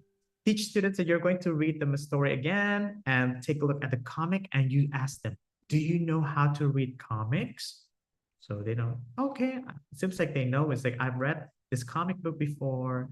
Then you arrange the seating into a circle. You need to take a seat where all the students can see you. So this is like a storytelling time, right? So ask students to have a storytelling time. Take the book, show the comic, and start your storytelling, pointing through the words as you read. So if you remember, if any of you have watched, what's that? The Sound of Music.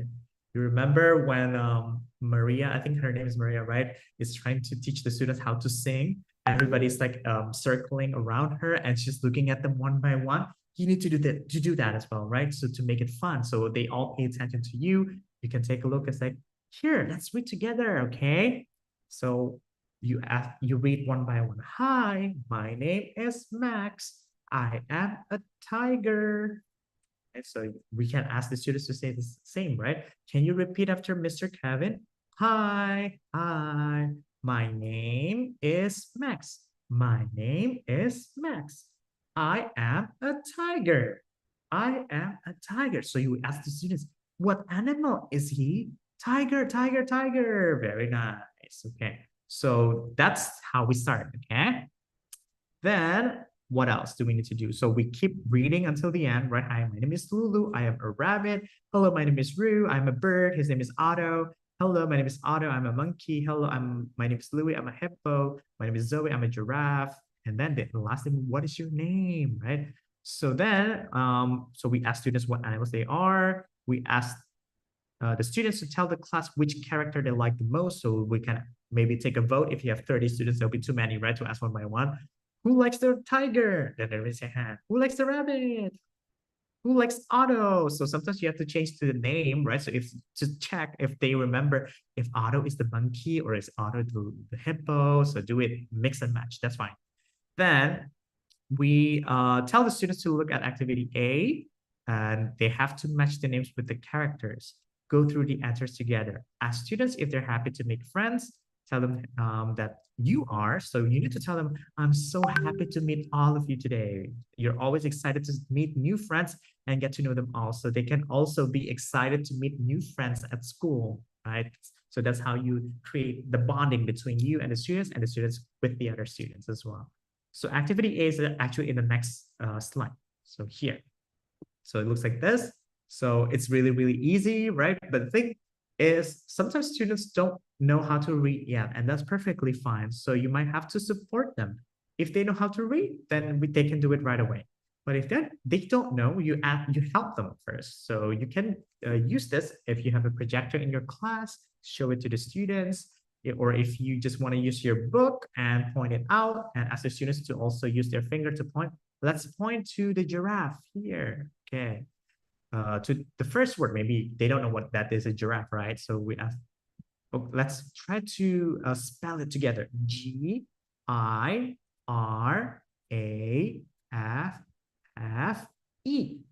Does anybody know how to read that? No, I don't know. Okay, so let's take a look. What animal is that? Giraffe, Mr. Giraffe. Okay, do you know giraffe in English? We tell them giraffe. Giraffe. So everybody say giraffe. Okay, when everybody says giraffe, then we draw the line. So this is a giraffe. Okay, everybody say giraffe. There you go. The next one we do Rabbit. Anybody knows what that is? Maybe one person say rabbit. Okay, so can you draw a line to the rabbit? There you go. So we draw the line to the rabbit. The next one, bird. What is that? Bird. Which one is the bird? What color is the bird? Yellow. Okay, there you go. So you can also mix a little bit of other instructions too if the students start to get used to it, right? Because otherwise, when you do it over and over again, maybe they get bored because they don't know how to do it already, right? So spice things up a little bit. So you can do it that way, right? For this activity. Then after you're done, let's say, okay, everybody, good job. So maybe like they can show it to you when they're done. You can give them a star or you can give them some stickers just to appreciate for doing that activity. So they know when they're done with the book work, then they will feel happy because something is accomplished. Then the next stage, this is the reading 2. So reading 2, duration 5 minutes. Tell students you're going to read them another story. So if we still have time, right? So Lulu the rabbit makes new friends. It's about Lulu. Remember everybody, who is Lulu? Lulu is a rabbit. Okay, very nice. Who wants to introduce her new friends since it's the first day in first grade, just like them? Start your storytelling, pointing through the words you just read. When you're finished, ask students to look at the picture and tell you where each character sits. Now get students to say their names to the 2 friends sitting on their left and their right. So this is an interaction type of activity, right?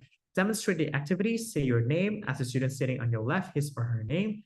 Hi, I'm Mr. Kevin. You can call me Mr. Kevin. What's your name? Talk to the student sitting on your right and repeat the step. Get the students to the activity, give them time, walk around and give encouragement. So let's try, right? So I'm going to read here. So everybody, let's read another story. This is called Lulu the Rabbit Makes New Friends. Hi, I am Lulu the Rabbit. I have new friends at school. Then you point at the bird. This is Rue. She is a bird. She likes singing. She is very cute. Then you point at the monkey. This is Otto. He is a monkey. He likes playing. He's very active. So then you imagine, let's say, on your right, you have Otto. On your left, you have Rue. So you introduce, hi, my name is Mr. Kevin. What's your name? Then Otto will say, my name is Otto. Okay, what's your name? Then you can ask them on your left, hi, my name is Mr. Kevin. What's your name? I'm Rue. Okay, things like just as simple as that, right? Then you ask the students to do the same. So you ask your right, you ask your left, and keep going because you're still sitting in the circle, right? So it's easy that way, right? So give them some time to do the activity themselves. It's okay if it's a bit chaotic because this is meant to be that way. So it's not meant to be like everybody listens to what everybody is saying. It's just about interacting with somebody who's sitting next to them. So that's something you can do. Okay, so then that's quite enough, right? So one day, okay, seems like 35 minutes has gone by and it's time to go home. Everybody's just still so excited because they're meeting their new friends. So you tell them, everybody, it's time for us to actually finish our class. It's time to go home. So when it's time to go home, obviously you want to have a routine because this is teaching grade 1. So pack your stuff, put it in your bag, then wear your bag, for example, that you ask students to line up or whatever that is. But before they go home, always do something called consolidation. Consolidation means closing the class. So when you're closing the class, it's not like oh, the bell has rung, let's go home, bye. That's not how it is, right? That's not how it works. Because when you do it that way, the students will forget what they learned. So you need to remind them again. So you can ask them, let's say, everybody, do you remember what we learned today? What animals did we learn? Did we see today? Rabbit, tiger, blah, blah, blah. That's awesome. That means they pay attention to you, right? Then let's say, does anybody have any question? Do you remember which one Otto is? Is Otto a monkey or a rabbit? Monkey. Okay, very nice. If somebody says rabbit, then you show them the picture again. Is it a rabbit? No. Right? So you can do it that way. Or you can do something called exit ticket. So exit ticket means everybody lines up and then you ask them one by one before they go home.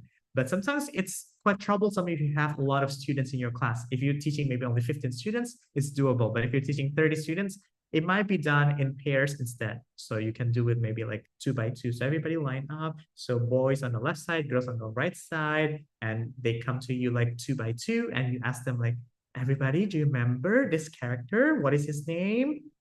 Otto. Okay, what animal is Otto? Monkey. Very nice. Good job. High five. Let's go home. See you next time. Like that, right?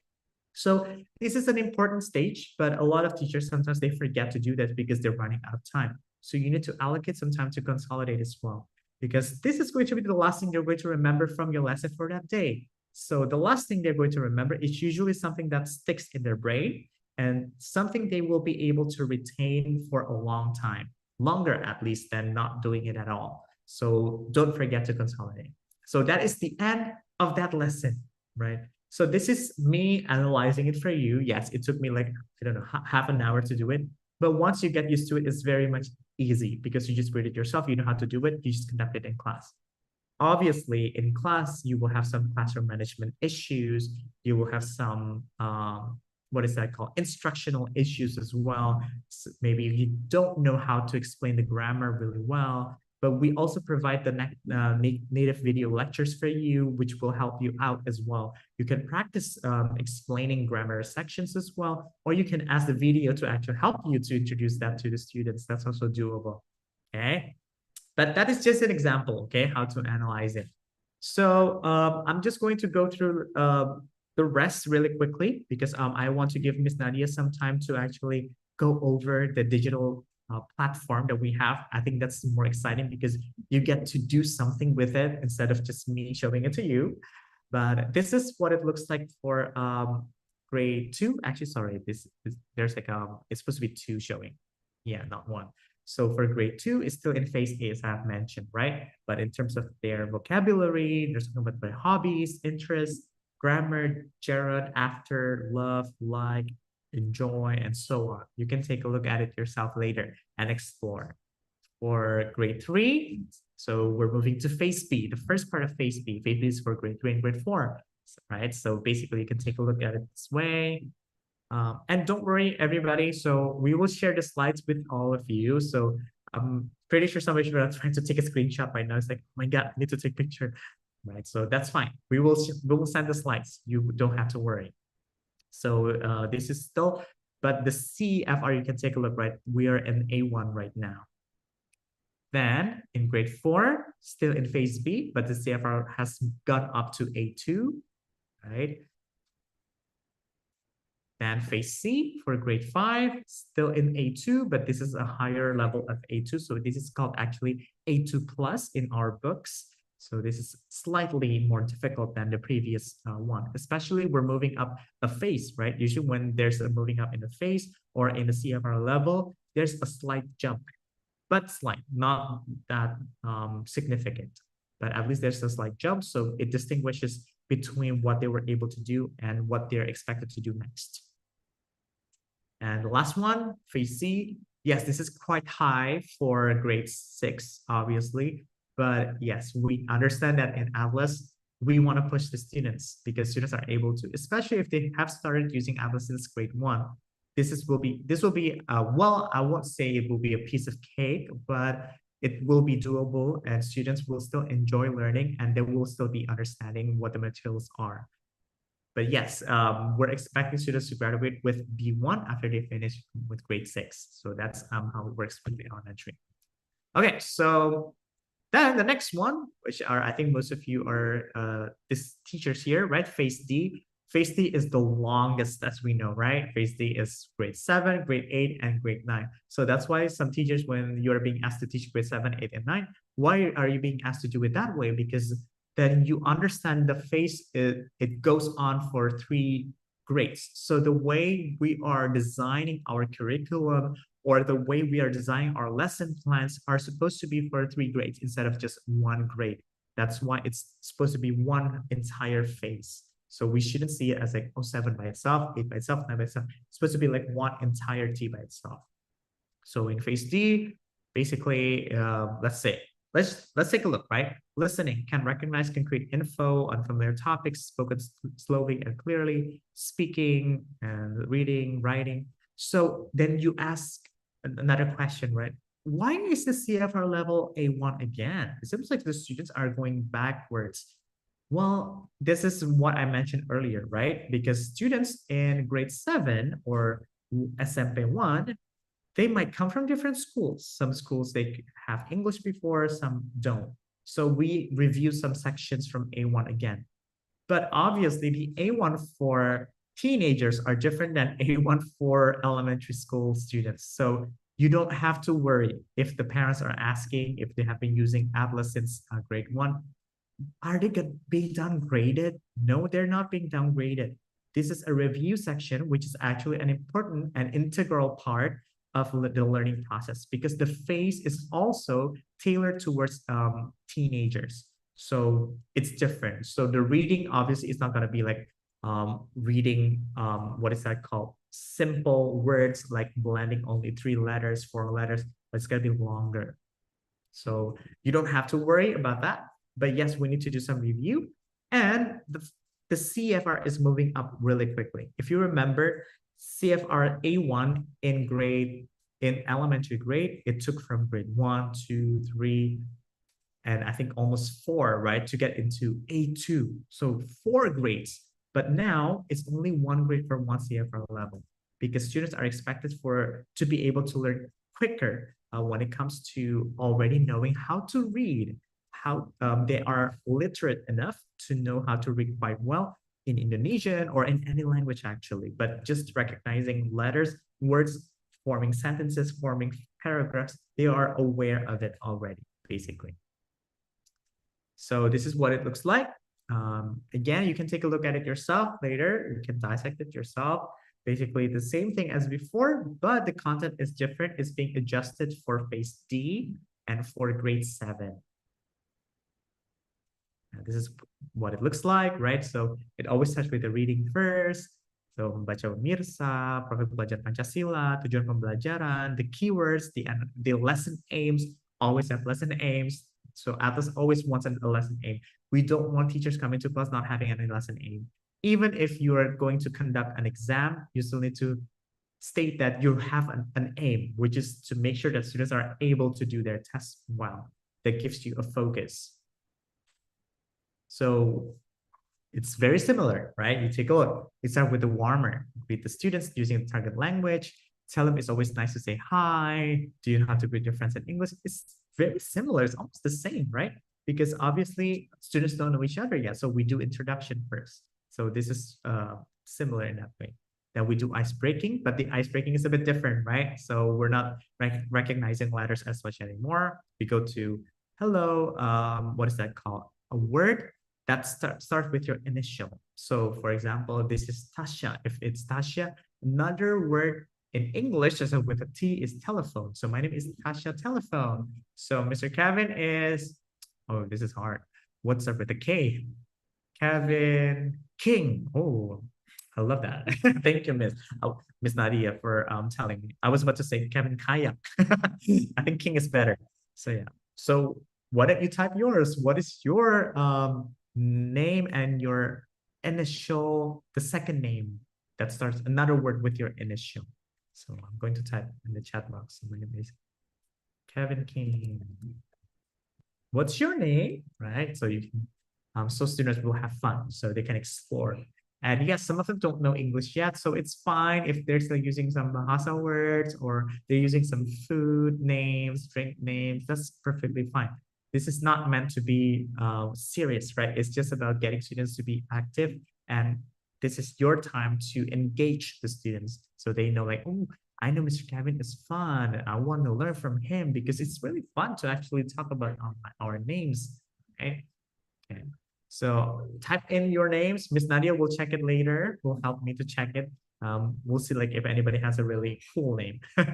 So there's also the leading section there, right? And then the activity A, direct students to activity A. It's also a comic strip still because we understand that students are still, when they graduate from primary school, there is that sense of fear that, oh, it's going to change a lot. So we don't want it to change drastically. That's why we should provide the comic. But obviously the comic, if you take a look, right, it has more words, it has more sentences, it's with real human beings, so it's more relatable towards their life. We do it that way. So there is an intention for every single thing that Atlaz has, basically. So yeah, that's if you want to do activity A. Then for activity B, it's completing the table, right? Direct students is activity B. Encourage students fill in the blanks using their own ideas. So what kind of greetings they want to know, they know already, or they want to say to their friends. You can try to say, pleasure to meet you, nice to meet you, or whatever that is, right? So yeah, but the most important part is when you're using Atlas or any books, it's for you to analyze how you're going to conduct it. So it's not about, okay, everybody, open your book, turn to page number 3. Let's read together. Let's complete the table. That's not enough, okay? So if we're just finishing off the books, then we're missing the points. Because the books, as I have mentioned, books, the materials, they can be wonderful. They can be the best materials in the world. But if we're not utilizing them to the fullest, then we're missing out the points. In the past, I had some teachers asking me, Mr. Kevin, Atlas is so easy. I went through all the books. The students went through all the books really quickly. So then what I would like to ask them, right? So try to test the students out. How are their English skills? And it turns out their English skills maybe are not as good as we expected them to be, right? So the reason is why, it's because they're just completing off the books or they're completing of the activities, but they don't get the essence that this is a part of the learning process itself. It's a part of actually using the language, being productive with the language. Even though this is a reading section, it's a receptive skill, but what do we want to get from it? Students being able to use the language that is used in this comic book. They are able to say, good morning, Miss Nadia. Good morning, Mr. Kevin. They can say, nice to meet you, pleasure to meet you, things like that, right? So that's the most important part. That's why we created all these lesson plans, is for that reason, so that you don't just go by the books really quickly and just finish up the activities and missing out the points. That's not how we want to do it. You also have the videos, you have the online learning, a lot of things that you can do to actually help the students to practice. So it's not just about completing off books, okay? And obviously there's activity C, and some of them has also additional activities. So like this one, for example, if you have some strong students, maybe in grade 7, maybe most of your students already know English, right? So obviously you need to give them more activities to engage them. Otherwise they think it's, this is too easy, I know it already. So we give them more activities for fast finishers. So that's also sometimes in the lesson plan too. You can take a look.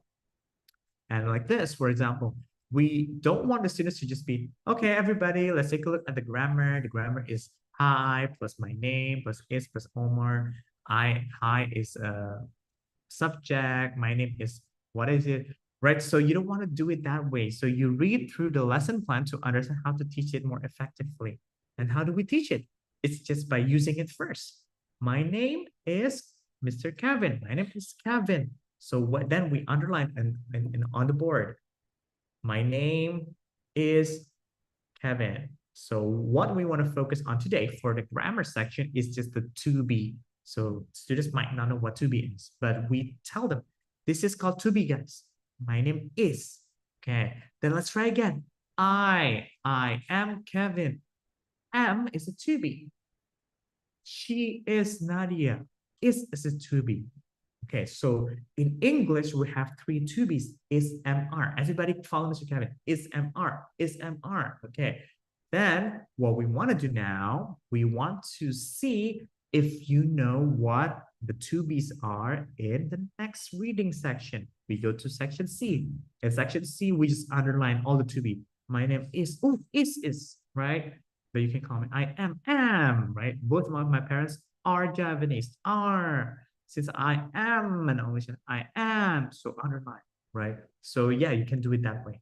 So it's more fun rather than us giving them like, so hi is a greeting, my name is a subject, is a verb, and the last one is also a name, but it's also an object. Students are not going to get that.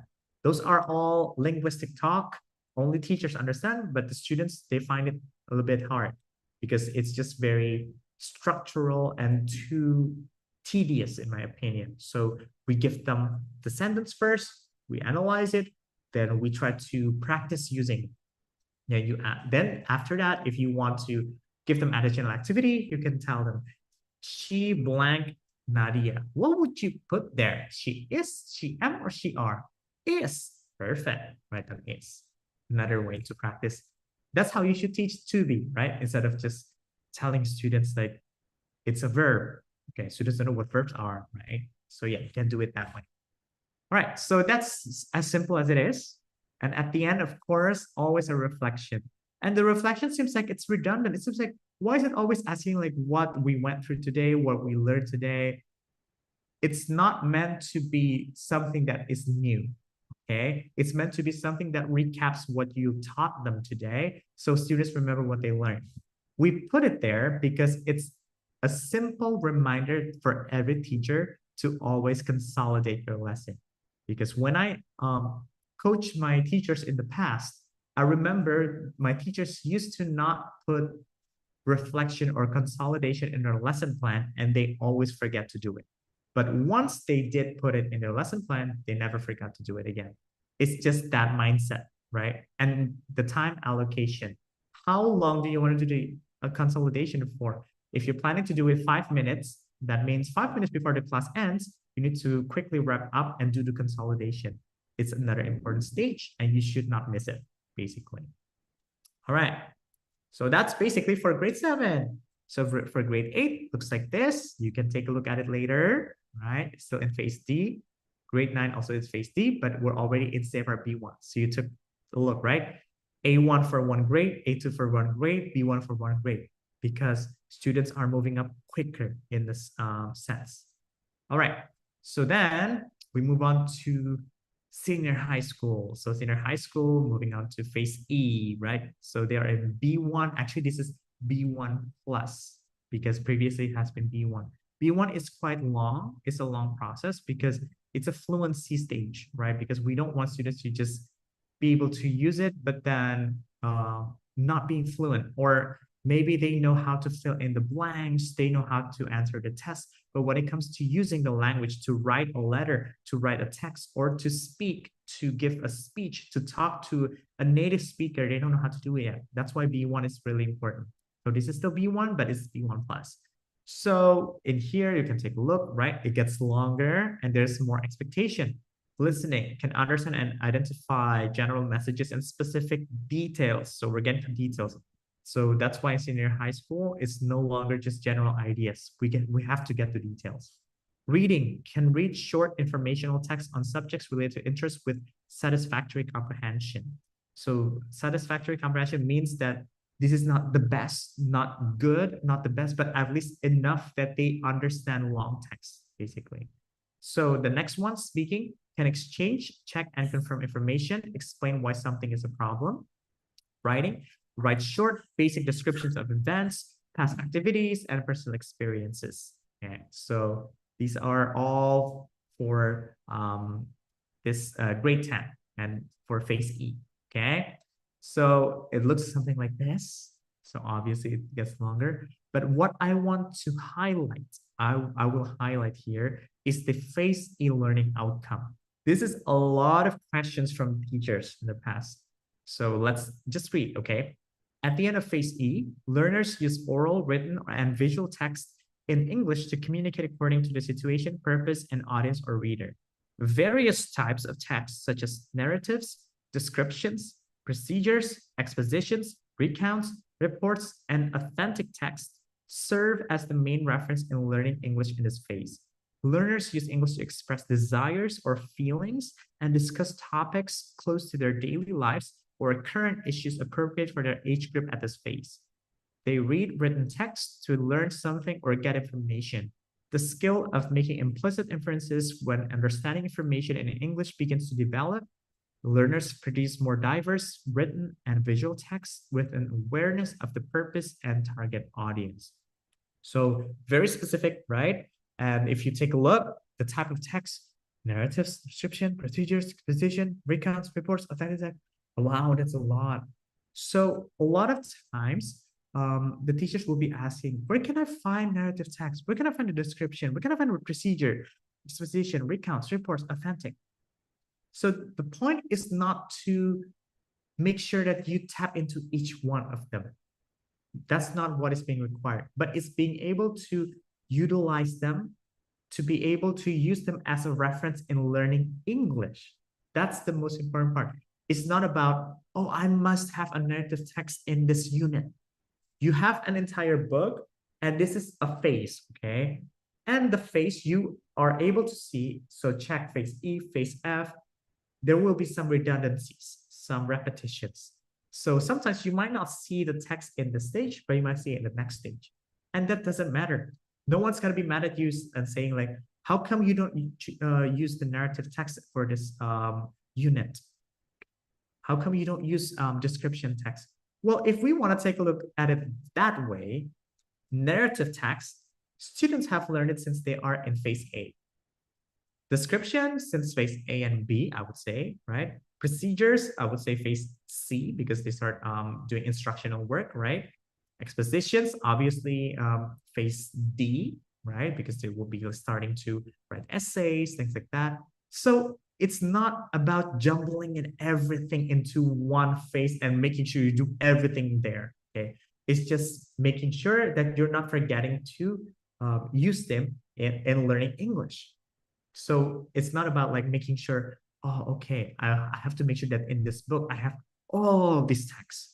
If we do it that way, I think the students will be crazy because that will be too much to handle within just one phase or even in one grade or even in one unit. Because I used to have a teacher in the past asking me, where can I find all this text in this one unit? You want to do all text in one unit? Okay. Let me ask you why. I want to know the reason first, because that's not how it is. If we do it that way, then we're just being teacher-led, right? It's not student-led. So that's the myth that I want to debunk, right? So if you're still thinking about it that way, please reconsider why you're thinking about it that way. Is it about just tapping into your administrative tasks? If you do it that way, your students will suffer. And we don't want our students to suffer, right? Because we want students to succeed. And to be able to succeed is to understand that this is not about following it verbatim. So it's not about text by text, word by word, making sure we're doing it exactly the way it is written. It's about making sure that we're filling the students' needs, okay? All right, so that's just a disclaimer for those of you who are teaching higher level, because they are very specific, but they don't mean that you have to tap into each specific one of them, okay? Because most of them are already being spread out throughout the phases. And you can see it gets longer, obviously. Tujuan pembelajaran, you can see it gets longer. And they're in Indonesian as well, because you have to be able to explain them to the principals, obviously, right? And keywords are still there. Lesson aims, don't forget about it. And warmer, we always start with the warmer, ice breaking, leading, the activities themselves, what they're doing, and everything is being adjusted, basically, okay? So yeah, these are just some questions. You can take a look at it yourself later, try to do it in your class, I'm suggesting you to try to do it together with your students. I think it will be really a lot of fun because you will also have access. Miss Nadia will give you the access later. You can try to do it together with the students.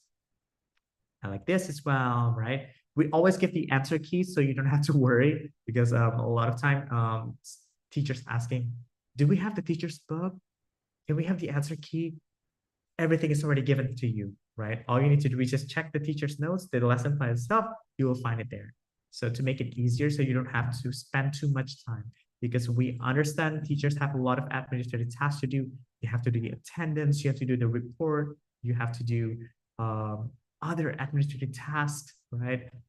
So the last thing you want to do is to focus on this tiny bit of details, trying to figure out what the answers are.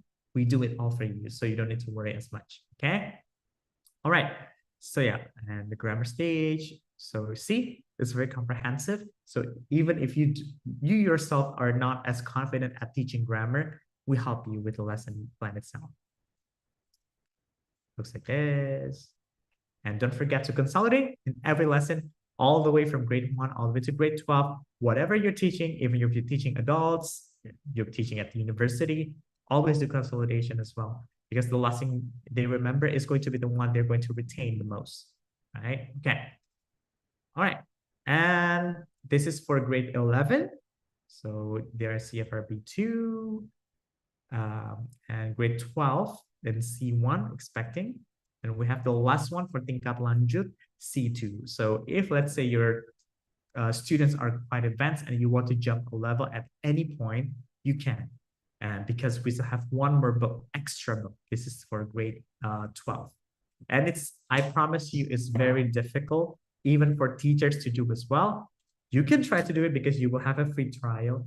If you say it's easy, then I'm going to challenge you myself. Because even for myself, it takes some time for me to finish off the exercises.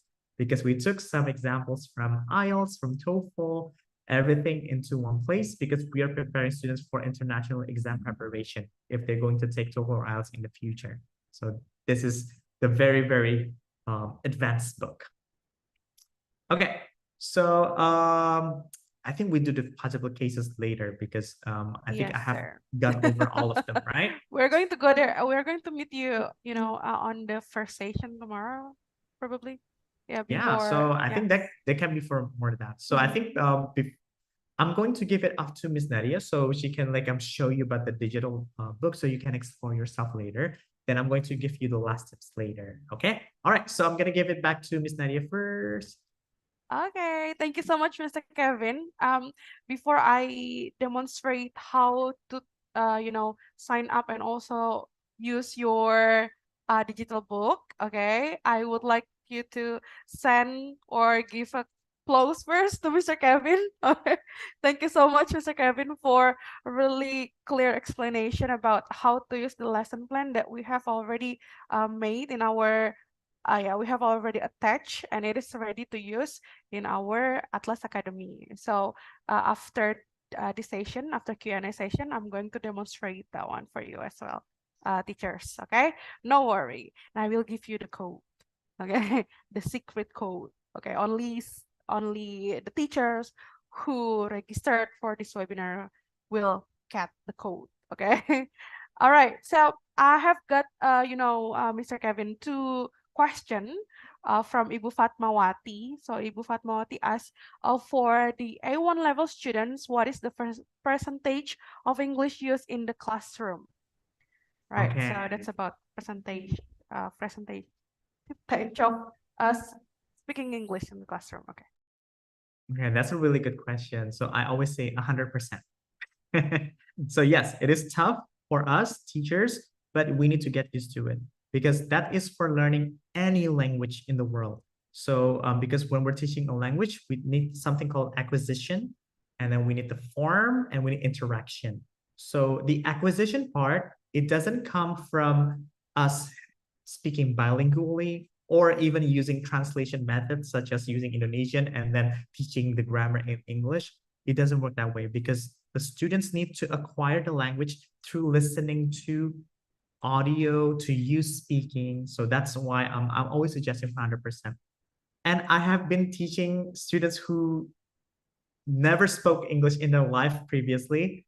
And I had this one student who didn't speak English at all, I remember. But then after 3 years of learning with me, she became very fluent, and it's almost like she's a native speaker right now. So it is possible, and it's never too late. And she started when she was 10 years old. So it would never be too late. And I think the younger it is, sometimes we think like, but they're still too young. They're still even learning Indonesian. How can they learn English? They can. We should not underestimate them. So I'm still suggesting to use 100% English. The students, however, they will always start to speak in Indonesian with you, right? But you always reply back in English. So like what I mentioned earlier, let's say, Miss, ada kudanil, Miss Kudanil. Oh yeah? Where did you see the hippo? So they would say, yeah, Miss, hippo, hippo. Then they will start acquiring the language naturally without you even saying it. You can do it that way. But try to get used to it that way. And it has been proven to work. So do not worry, because I experienced it myself. So this is from my personal experience. It's not from anybody else or even from a book. I experienced it myself, and a lot of times with my students. I taught students, adults, even who didn't speak English at all, or even 3 years old who didn't speak English at all, who didn't speak Indonesian or English at all. And I used 100% English all the time. So because just imagine I were a native teacher, right? So I didn't speak Indonesian at all. So imagine I don't speak Indonesian and I have to teach the students. Obviously, I can't use Indonesian, but they're still able to learn from me, and they succeeded. So it's worth trying. So I'm suggesting 100%. Okay, so yeah, since it is still a new academic year, so teachers, Mr. Kevin, challenge all of you, okay, to start to talk 100% in the classroom, all right? So yeah, we can do it. Okay, all right. So there's also one more question from Mr. Roni. He asked this one: how can we start teaching English for the first grade by using the previous video? Yeah, the animated video. Meanwhile, they cannot even read at all. Anyway, yeah, the explanation is really inspiring. Thank you. That's a really great question as well, Mr. Rone. So a lot of times I think like we typically, I think traditionally speaking, when we are teaching something to the students, we want the students to get it 100%, right? So because some of us are perfectionists, or some of us just got used to the idea when we're teaching something. Let's say we're teaching present simple tense today, that students need to know I is a subject, am is a verb, and that's an object, for example, right? So we tend to get used to doing it that way. So the same thing when we're talking about video, it seems like, but they don't know how to read yet. They don't even know English at all, 0% English. So what is the video for? So if you remember from the Capaian Pembelajaran, we need to use a lot of visual aids. So that is a part of it. The visual aids are helping the students to acquire the language. So it's not about the text. It's not about the reading. It's not also about the audio. It's about the picture, actually. That's what's engaging the students. That's why when we're watching the video, you can also pause. Maybe we watch it 2 times. You pause it and you ask, what animal is that? Oh, macan, macan. What is macan in English? Tiger, tiger. Very nice. Everybody say tiger, tiger. There you go. If you want to combine it with the grammar, you can also do it with the total physical response, like the one I always do in my webinars. Miss Nadia is already bored of it. It's a tiger, for example. So then we ask, what about her name? What is she? She's a rabbit. Same thing, right? So for example, that's just a simple explanation. But do not worry, because we are not expecting the students to understand the video or the comic 100%. It's the exposure. Just imagine ourselves when we're learning a new language. Let's say, okay, everybody's into K-pop nowadays, right? It's like drama, a Korean drama. We want to learn 안녕하세요, right? So obviously we want to get exposed to it as much. But when we're being exposed to it, did, I don't know, anybody in the movie explain it in Bahasa first to us?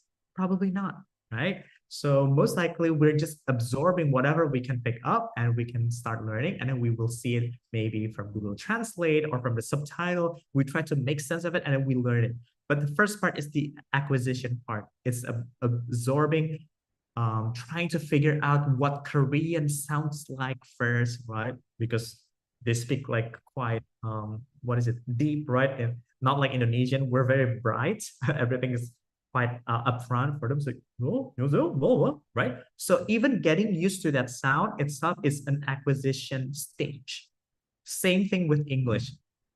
When we're explaining like this, Mr. Kevin is speaking. I don't speak like, my name is Kevin. Right? I speak, my name is Kevin. Even just understanding that will take some time. They will need to keep listening to us speaking like that over and over again.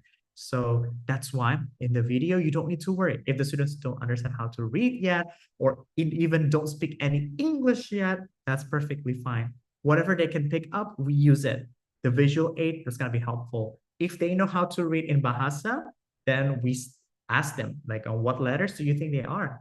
Do you know R? Okay, in English, we call it R. We start with the A, B, C, D again. That's fine too. Basic. All right, so I hope that answers. Give back to Miss Nadia. Okay, thank you so much, Mr. Kevin. So, Bapak Ibu, Mr. Kevin has already told us about the lesson plan. Okay, I guess, Mr. Kevin, we have to close our Q&A session, right? Okay, but then before Mr. Kevin talk about the task that we are going to do, all right, I will try to share how to activate or how to create an account in our this one, yeah, LMS. Okay, so you need to go to academy.hiatlas.com and then try to sign up there. Yeah, this one is just, the way you just, yeah, it is similar to the way you try to have an account in Instagram. Okay, so just do that way. And then after that, you need to verify your email. Yeah, verify your account on email. And for example, this one, I will use my account. I already have my account, and then I will sign in. There you go. All right. These are my, this is my academy.hiatlas.com. Yes. And then this is the dashboard. So you will not get the book yet because you haven't got the code, right? But you are going to have the preview, yes, here. Okay, so you can open up for one unit. But today I will give you the code anyway for you teachers. Okay, so let me give you the code.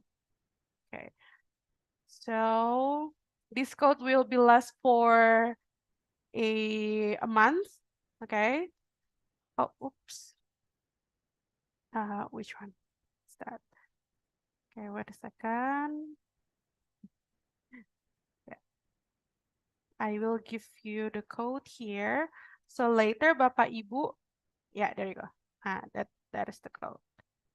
Okay. So please try to sign up, and then after that you can redeem the book code. Just click that one.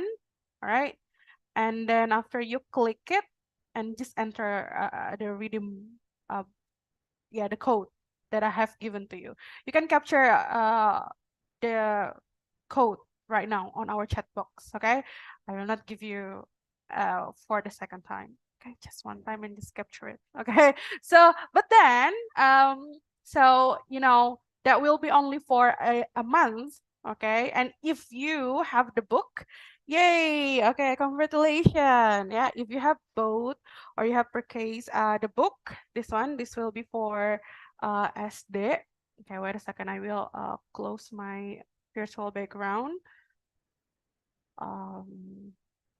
This one, yeah. So if you have both this one, Bapak Ibu, you are going to get the card. Yeah, this one is for SD and this one is for SMA. And if you have the colored one, okay, this one is for SMP. Okay, and then if you have both this one, you are going to get the card like this. So here, there is a code here, okay, and it will be less for a year, okay? So that's a the code that you need to go, you need to input on this part, reading book code, right?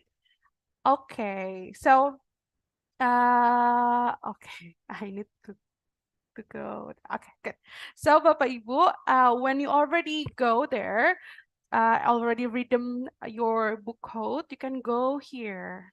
Okay, so for example, I want to take a look at the escalate beginner for SMP. I will go to book, and then I will have this one. I will see 6 units of our English escalate beginner. Then I will go here and I will go to the book.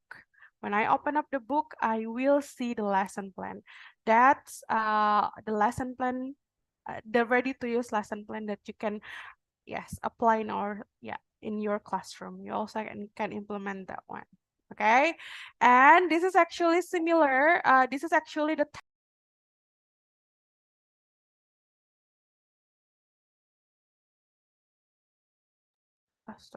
you need to sign up first, Bapak Ibu. Okay, and then after that, you are going to you need to redeem the book code. Okay, and then after that, you need to access your book. Okay, good. So what about the code for SMA? There you go. That's the code. Okay, so yes, which I cannot access the link. Which link, Pak Aep? Ibu Farah, username? Oh, okay. You need to make your account first. Okay. If you have any, if you get trouble in accessing that one, you can go chat Maya. Okay. So Maya will help you. All right. Okay. So now I guess I am going to go to the task. What is the task anyway, Mr. Kevin? Sure. Okay. So I think Miss Nadia will help out like the ones that are having problems in the chat box. So I'm going to give you the task. Okay. All right. So for the ones that are still trying, I'm suggesting you to try to sign up first. Okay. So I think the first thing is to make sure that you have an account, because if you try to redeem the book but you haven't signed up, then it's going to be harder. So just sign up first. Once you have succeeded, then you go to the next step. So I think that will be the best approach, right? So when you're asking Maya later, so Maya is not confused. Otherwise, Maya will be like, have you made your account yet? No, I don't know my username. Well, you have to create your own username because it's your own email address, basically. Okay, so I'll give you the task. So the task is actually here.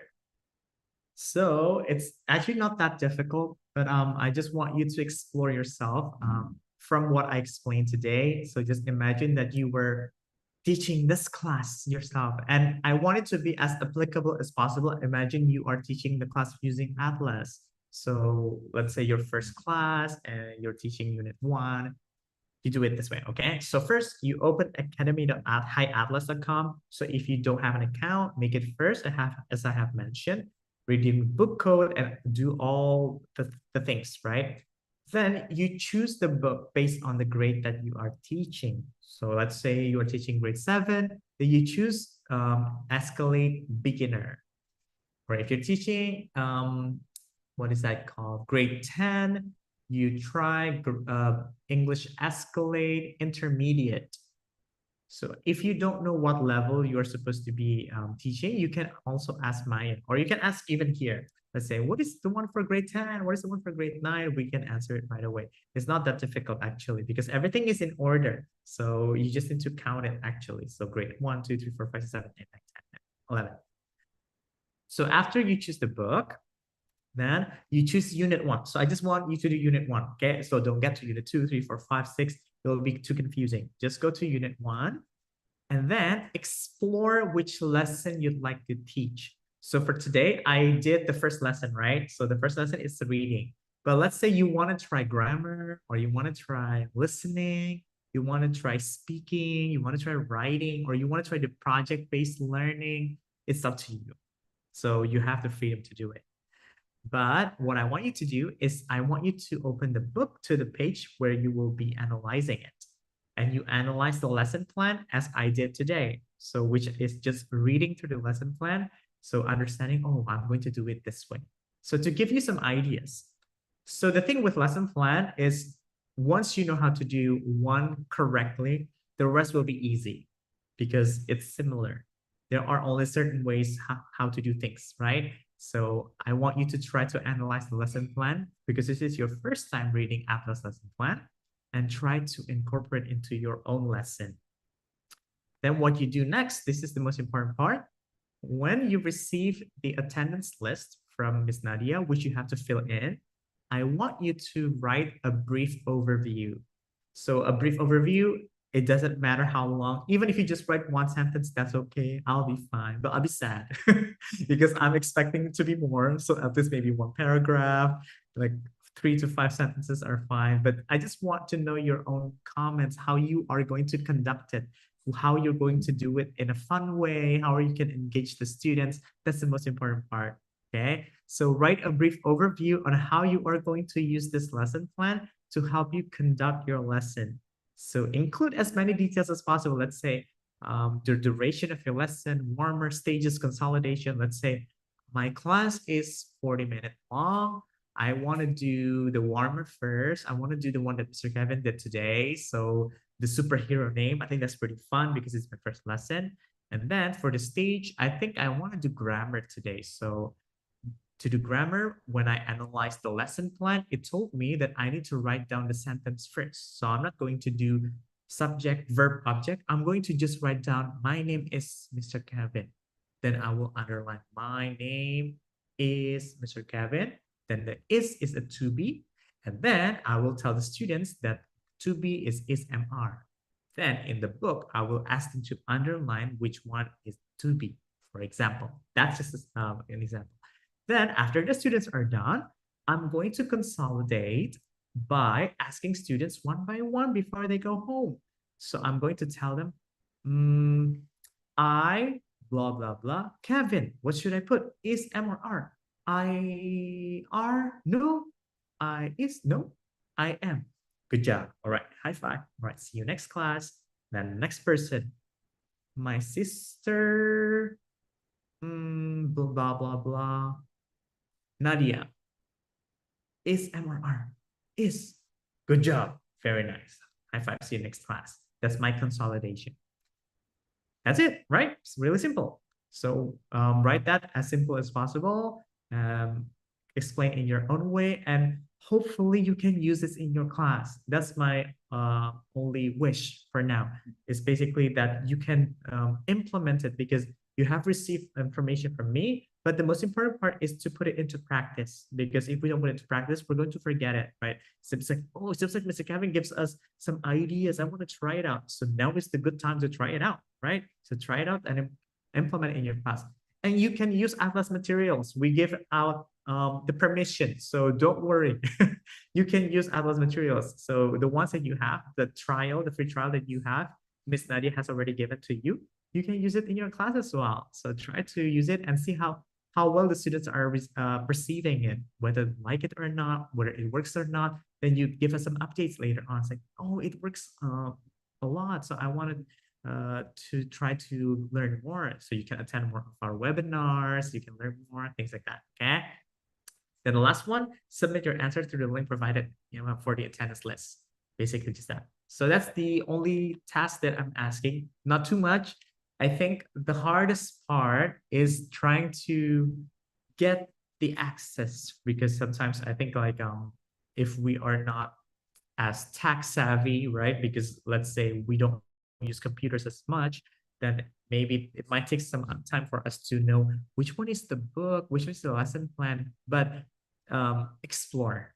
That's my only advice, because the best way is for you to explore yourself, because as much as Maya would like to explain it to you, it'll be best for you to just try it out. There's no harm in trying out, basically. But if you are encountering any problems, do not hesitate to contact us. We will help you right away. But we want you to try to do it, okay? So write a brief overview, how you're going to conduct your lesson based on your lesson plan analysis, basically. Okay, hopefully that's clear enough. I'm going to give it back to Miss Nadia. All right. right, Mr. Kevin. Thank you so much. Okay, so Bapak Ibu, yeah, that's the task. Okay, so actually, the task is on the person list. So you don't need to be worried. I will open up the person list until yeah, tomorrow probably, right? Okay, so you can still access the person list until tomorrow.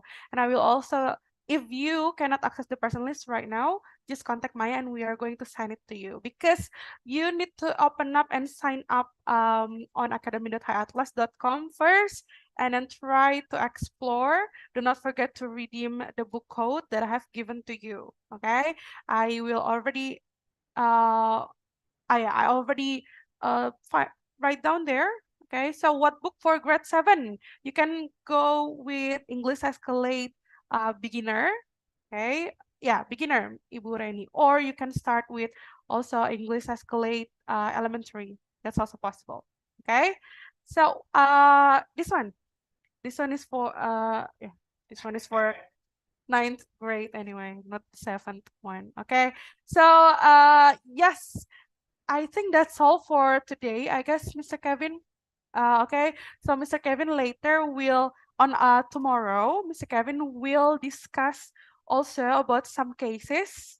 Okay, and then also he's going to try to give you another tips. Okay, right? I guess we can then that one on the first session before Mr. Dennis. Okay, so since tomorrow you are going to explore on more on our Atlaz Academy, so please make sure you have the account first. Okay, so what book for grade 10 and also grade 11? That's English Escalate.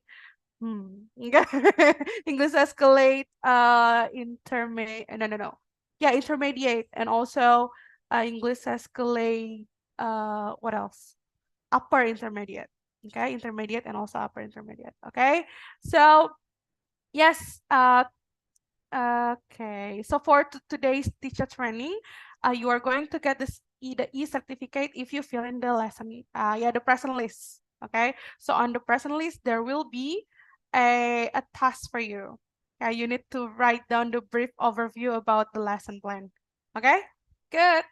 All right, okay. So, oh, you spilled the tips already, Mr. Kevin, or you want to give the tips right now and we discuss about the cases tomorrow, or what do you think, Mr. Kevin? Sure. I think it just takes like 1 minute to go over the last tips. So let me just let's follow it to myself. There you go.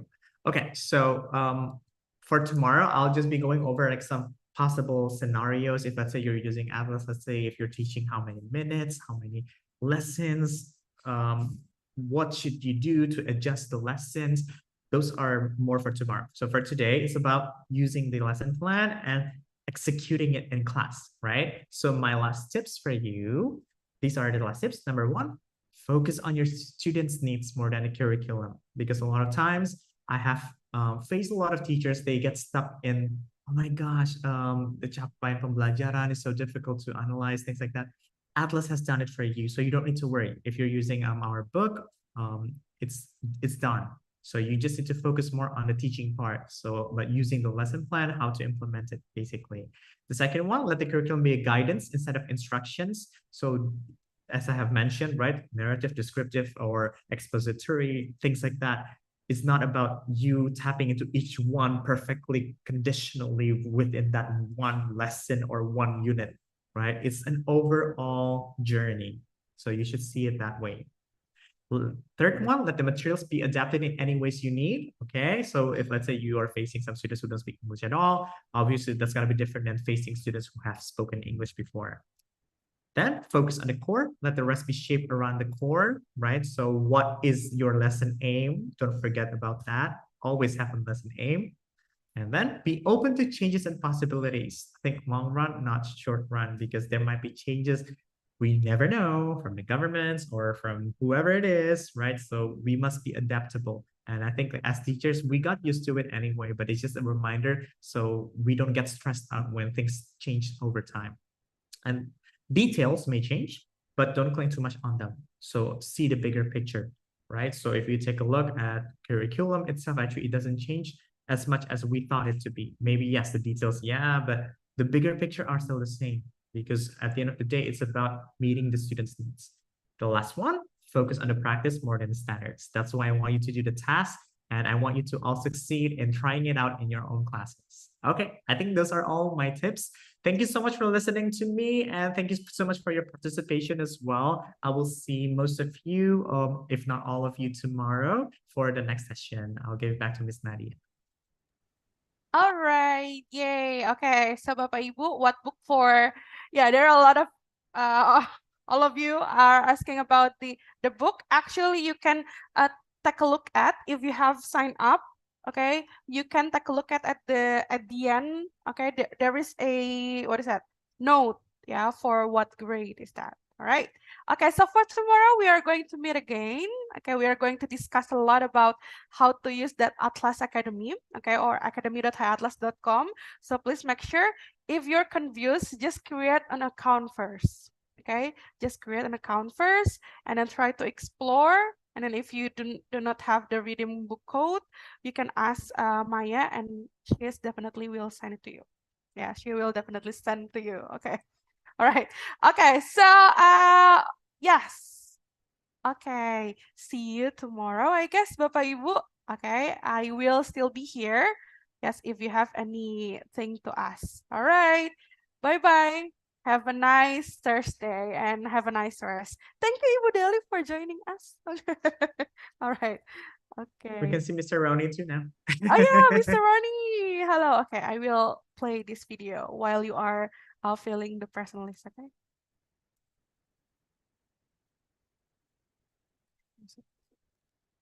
There you go.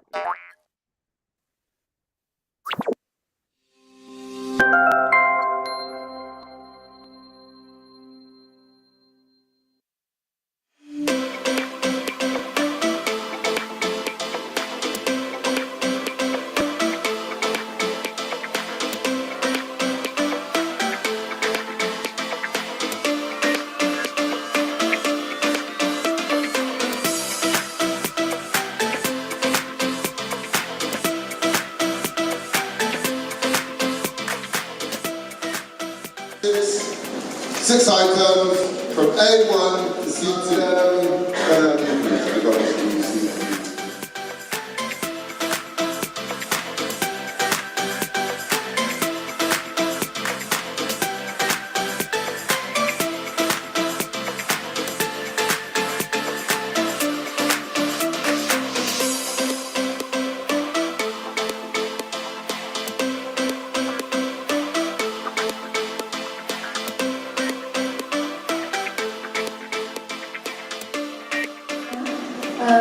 Sing a song. Yes, very good.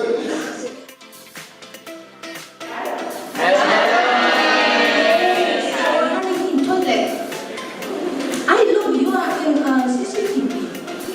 Oh yeah, is this really distract all my focus?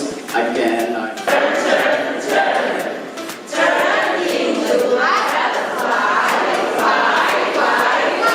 Your parents, your neighbors, or to teachers or your friends. And also, when you're done, don't forget to click submit. Okay?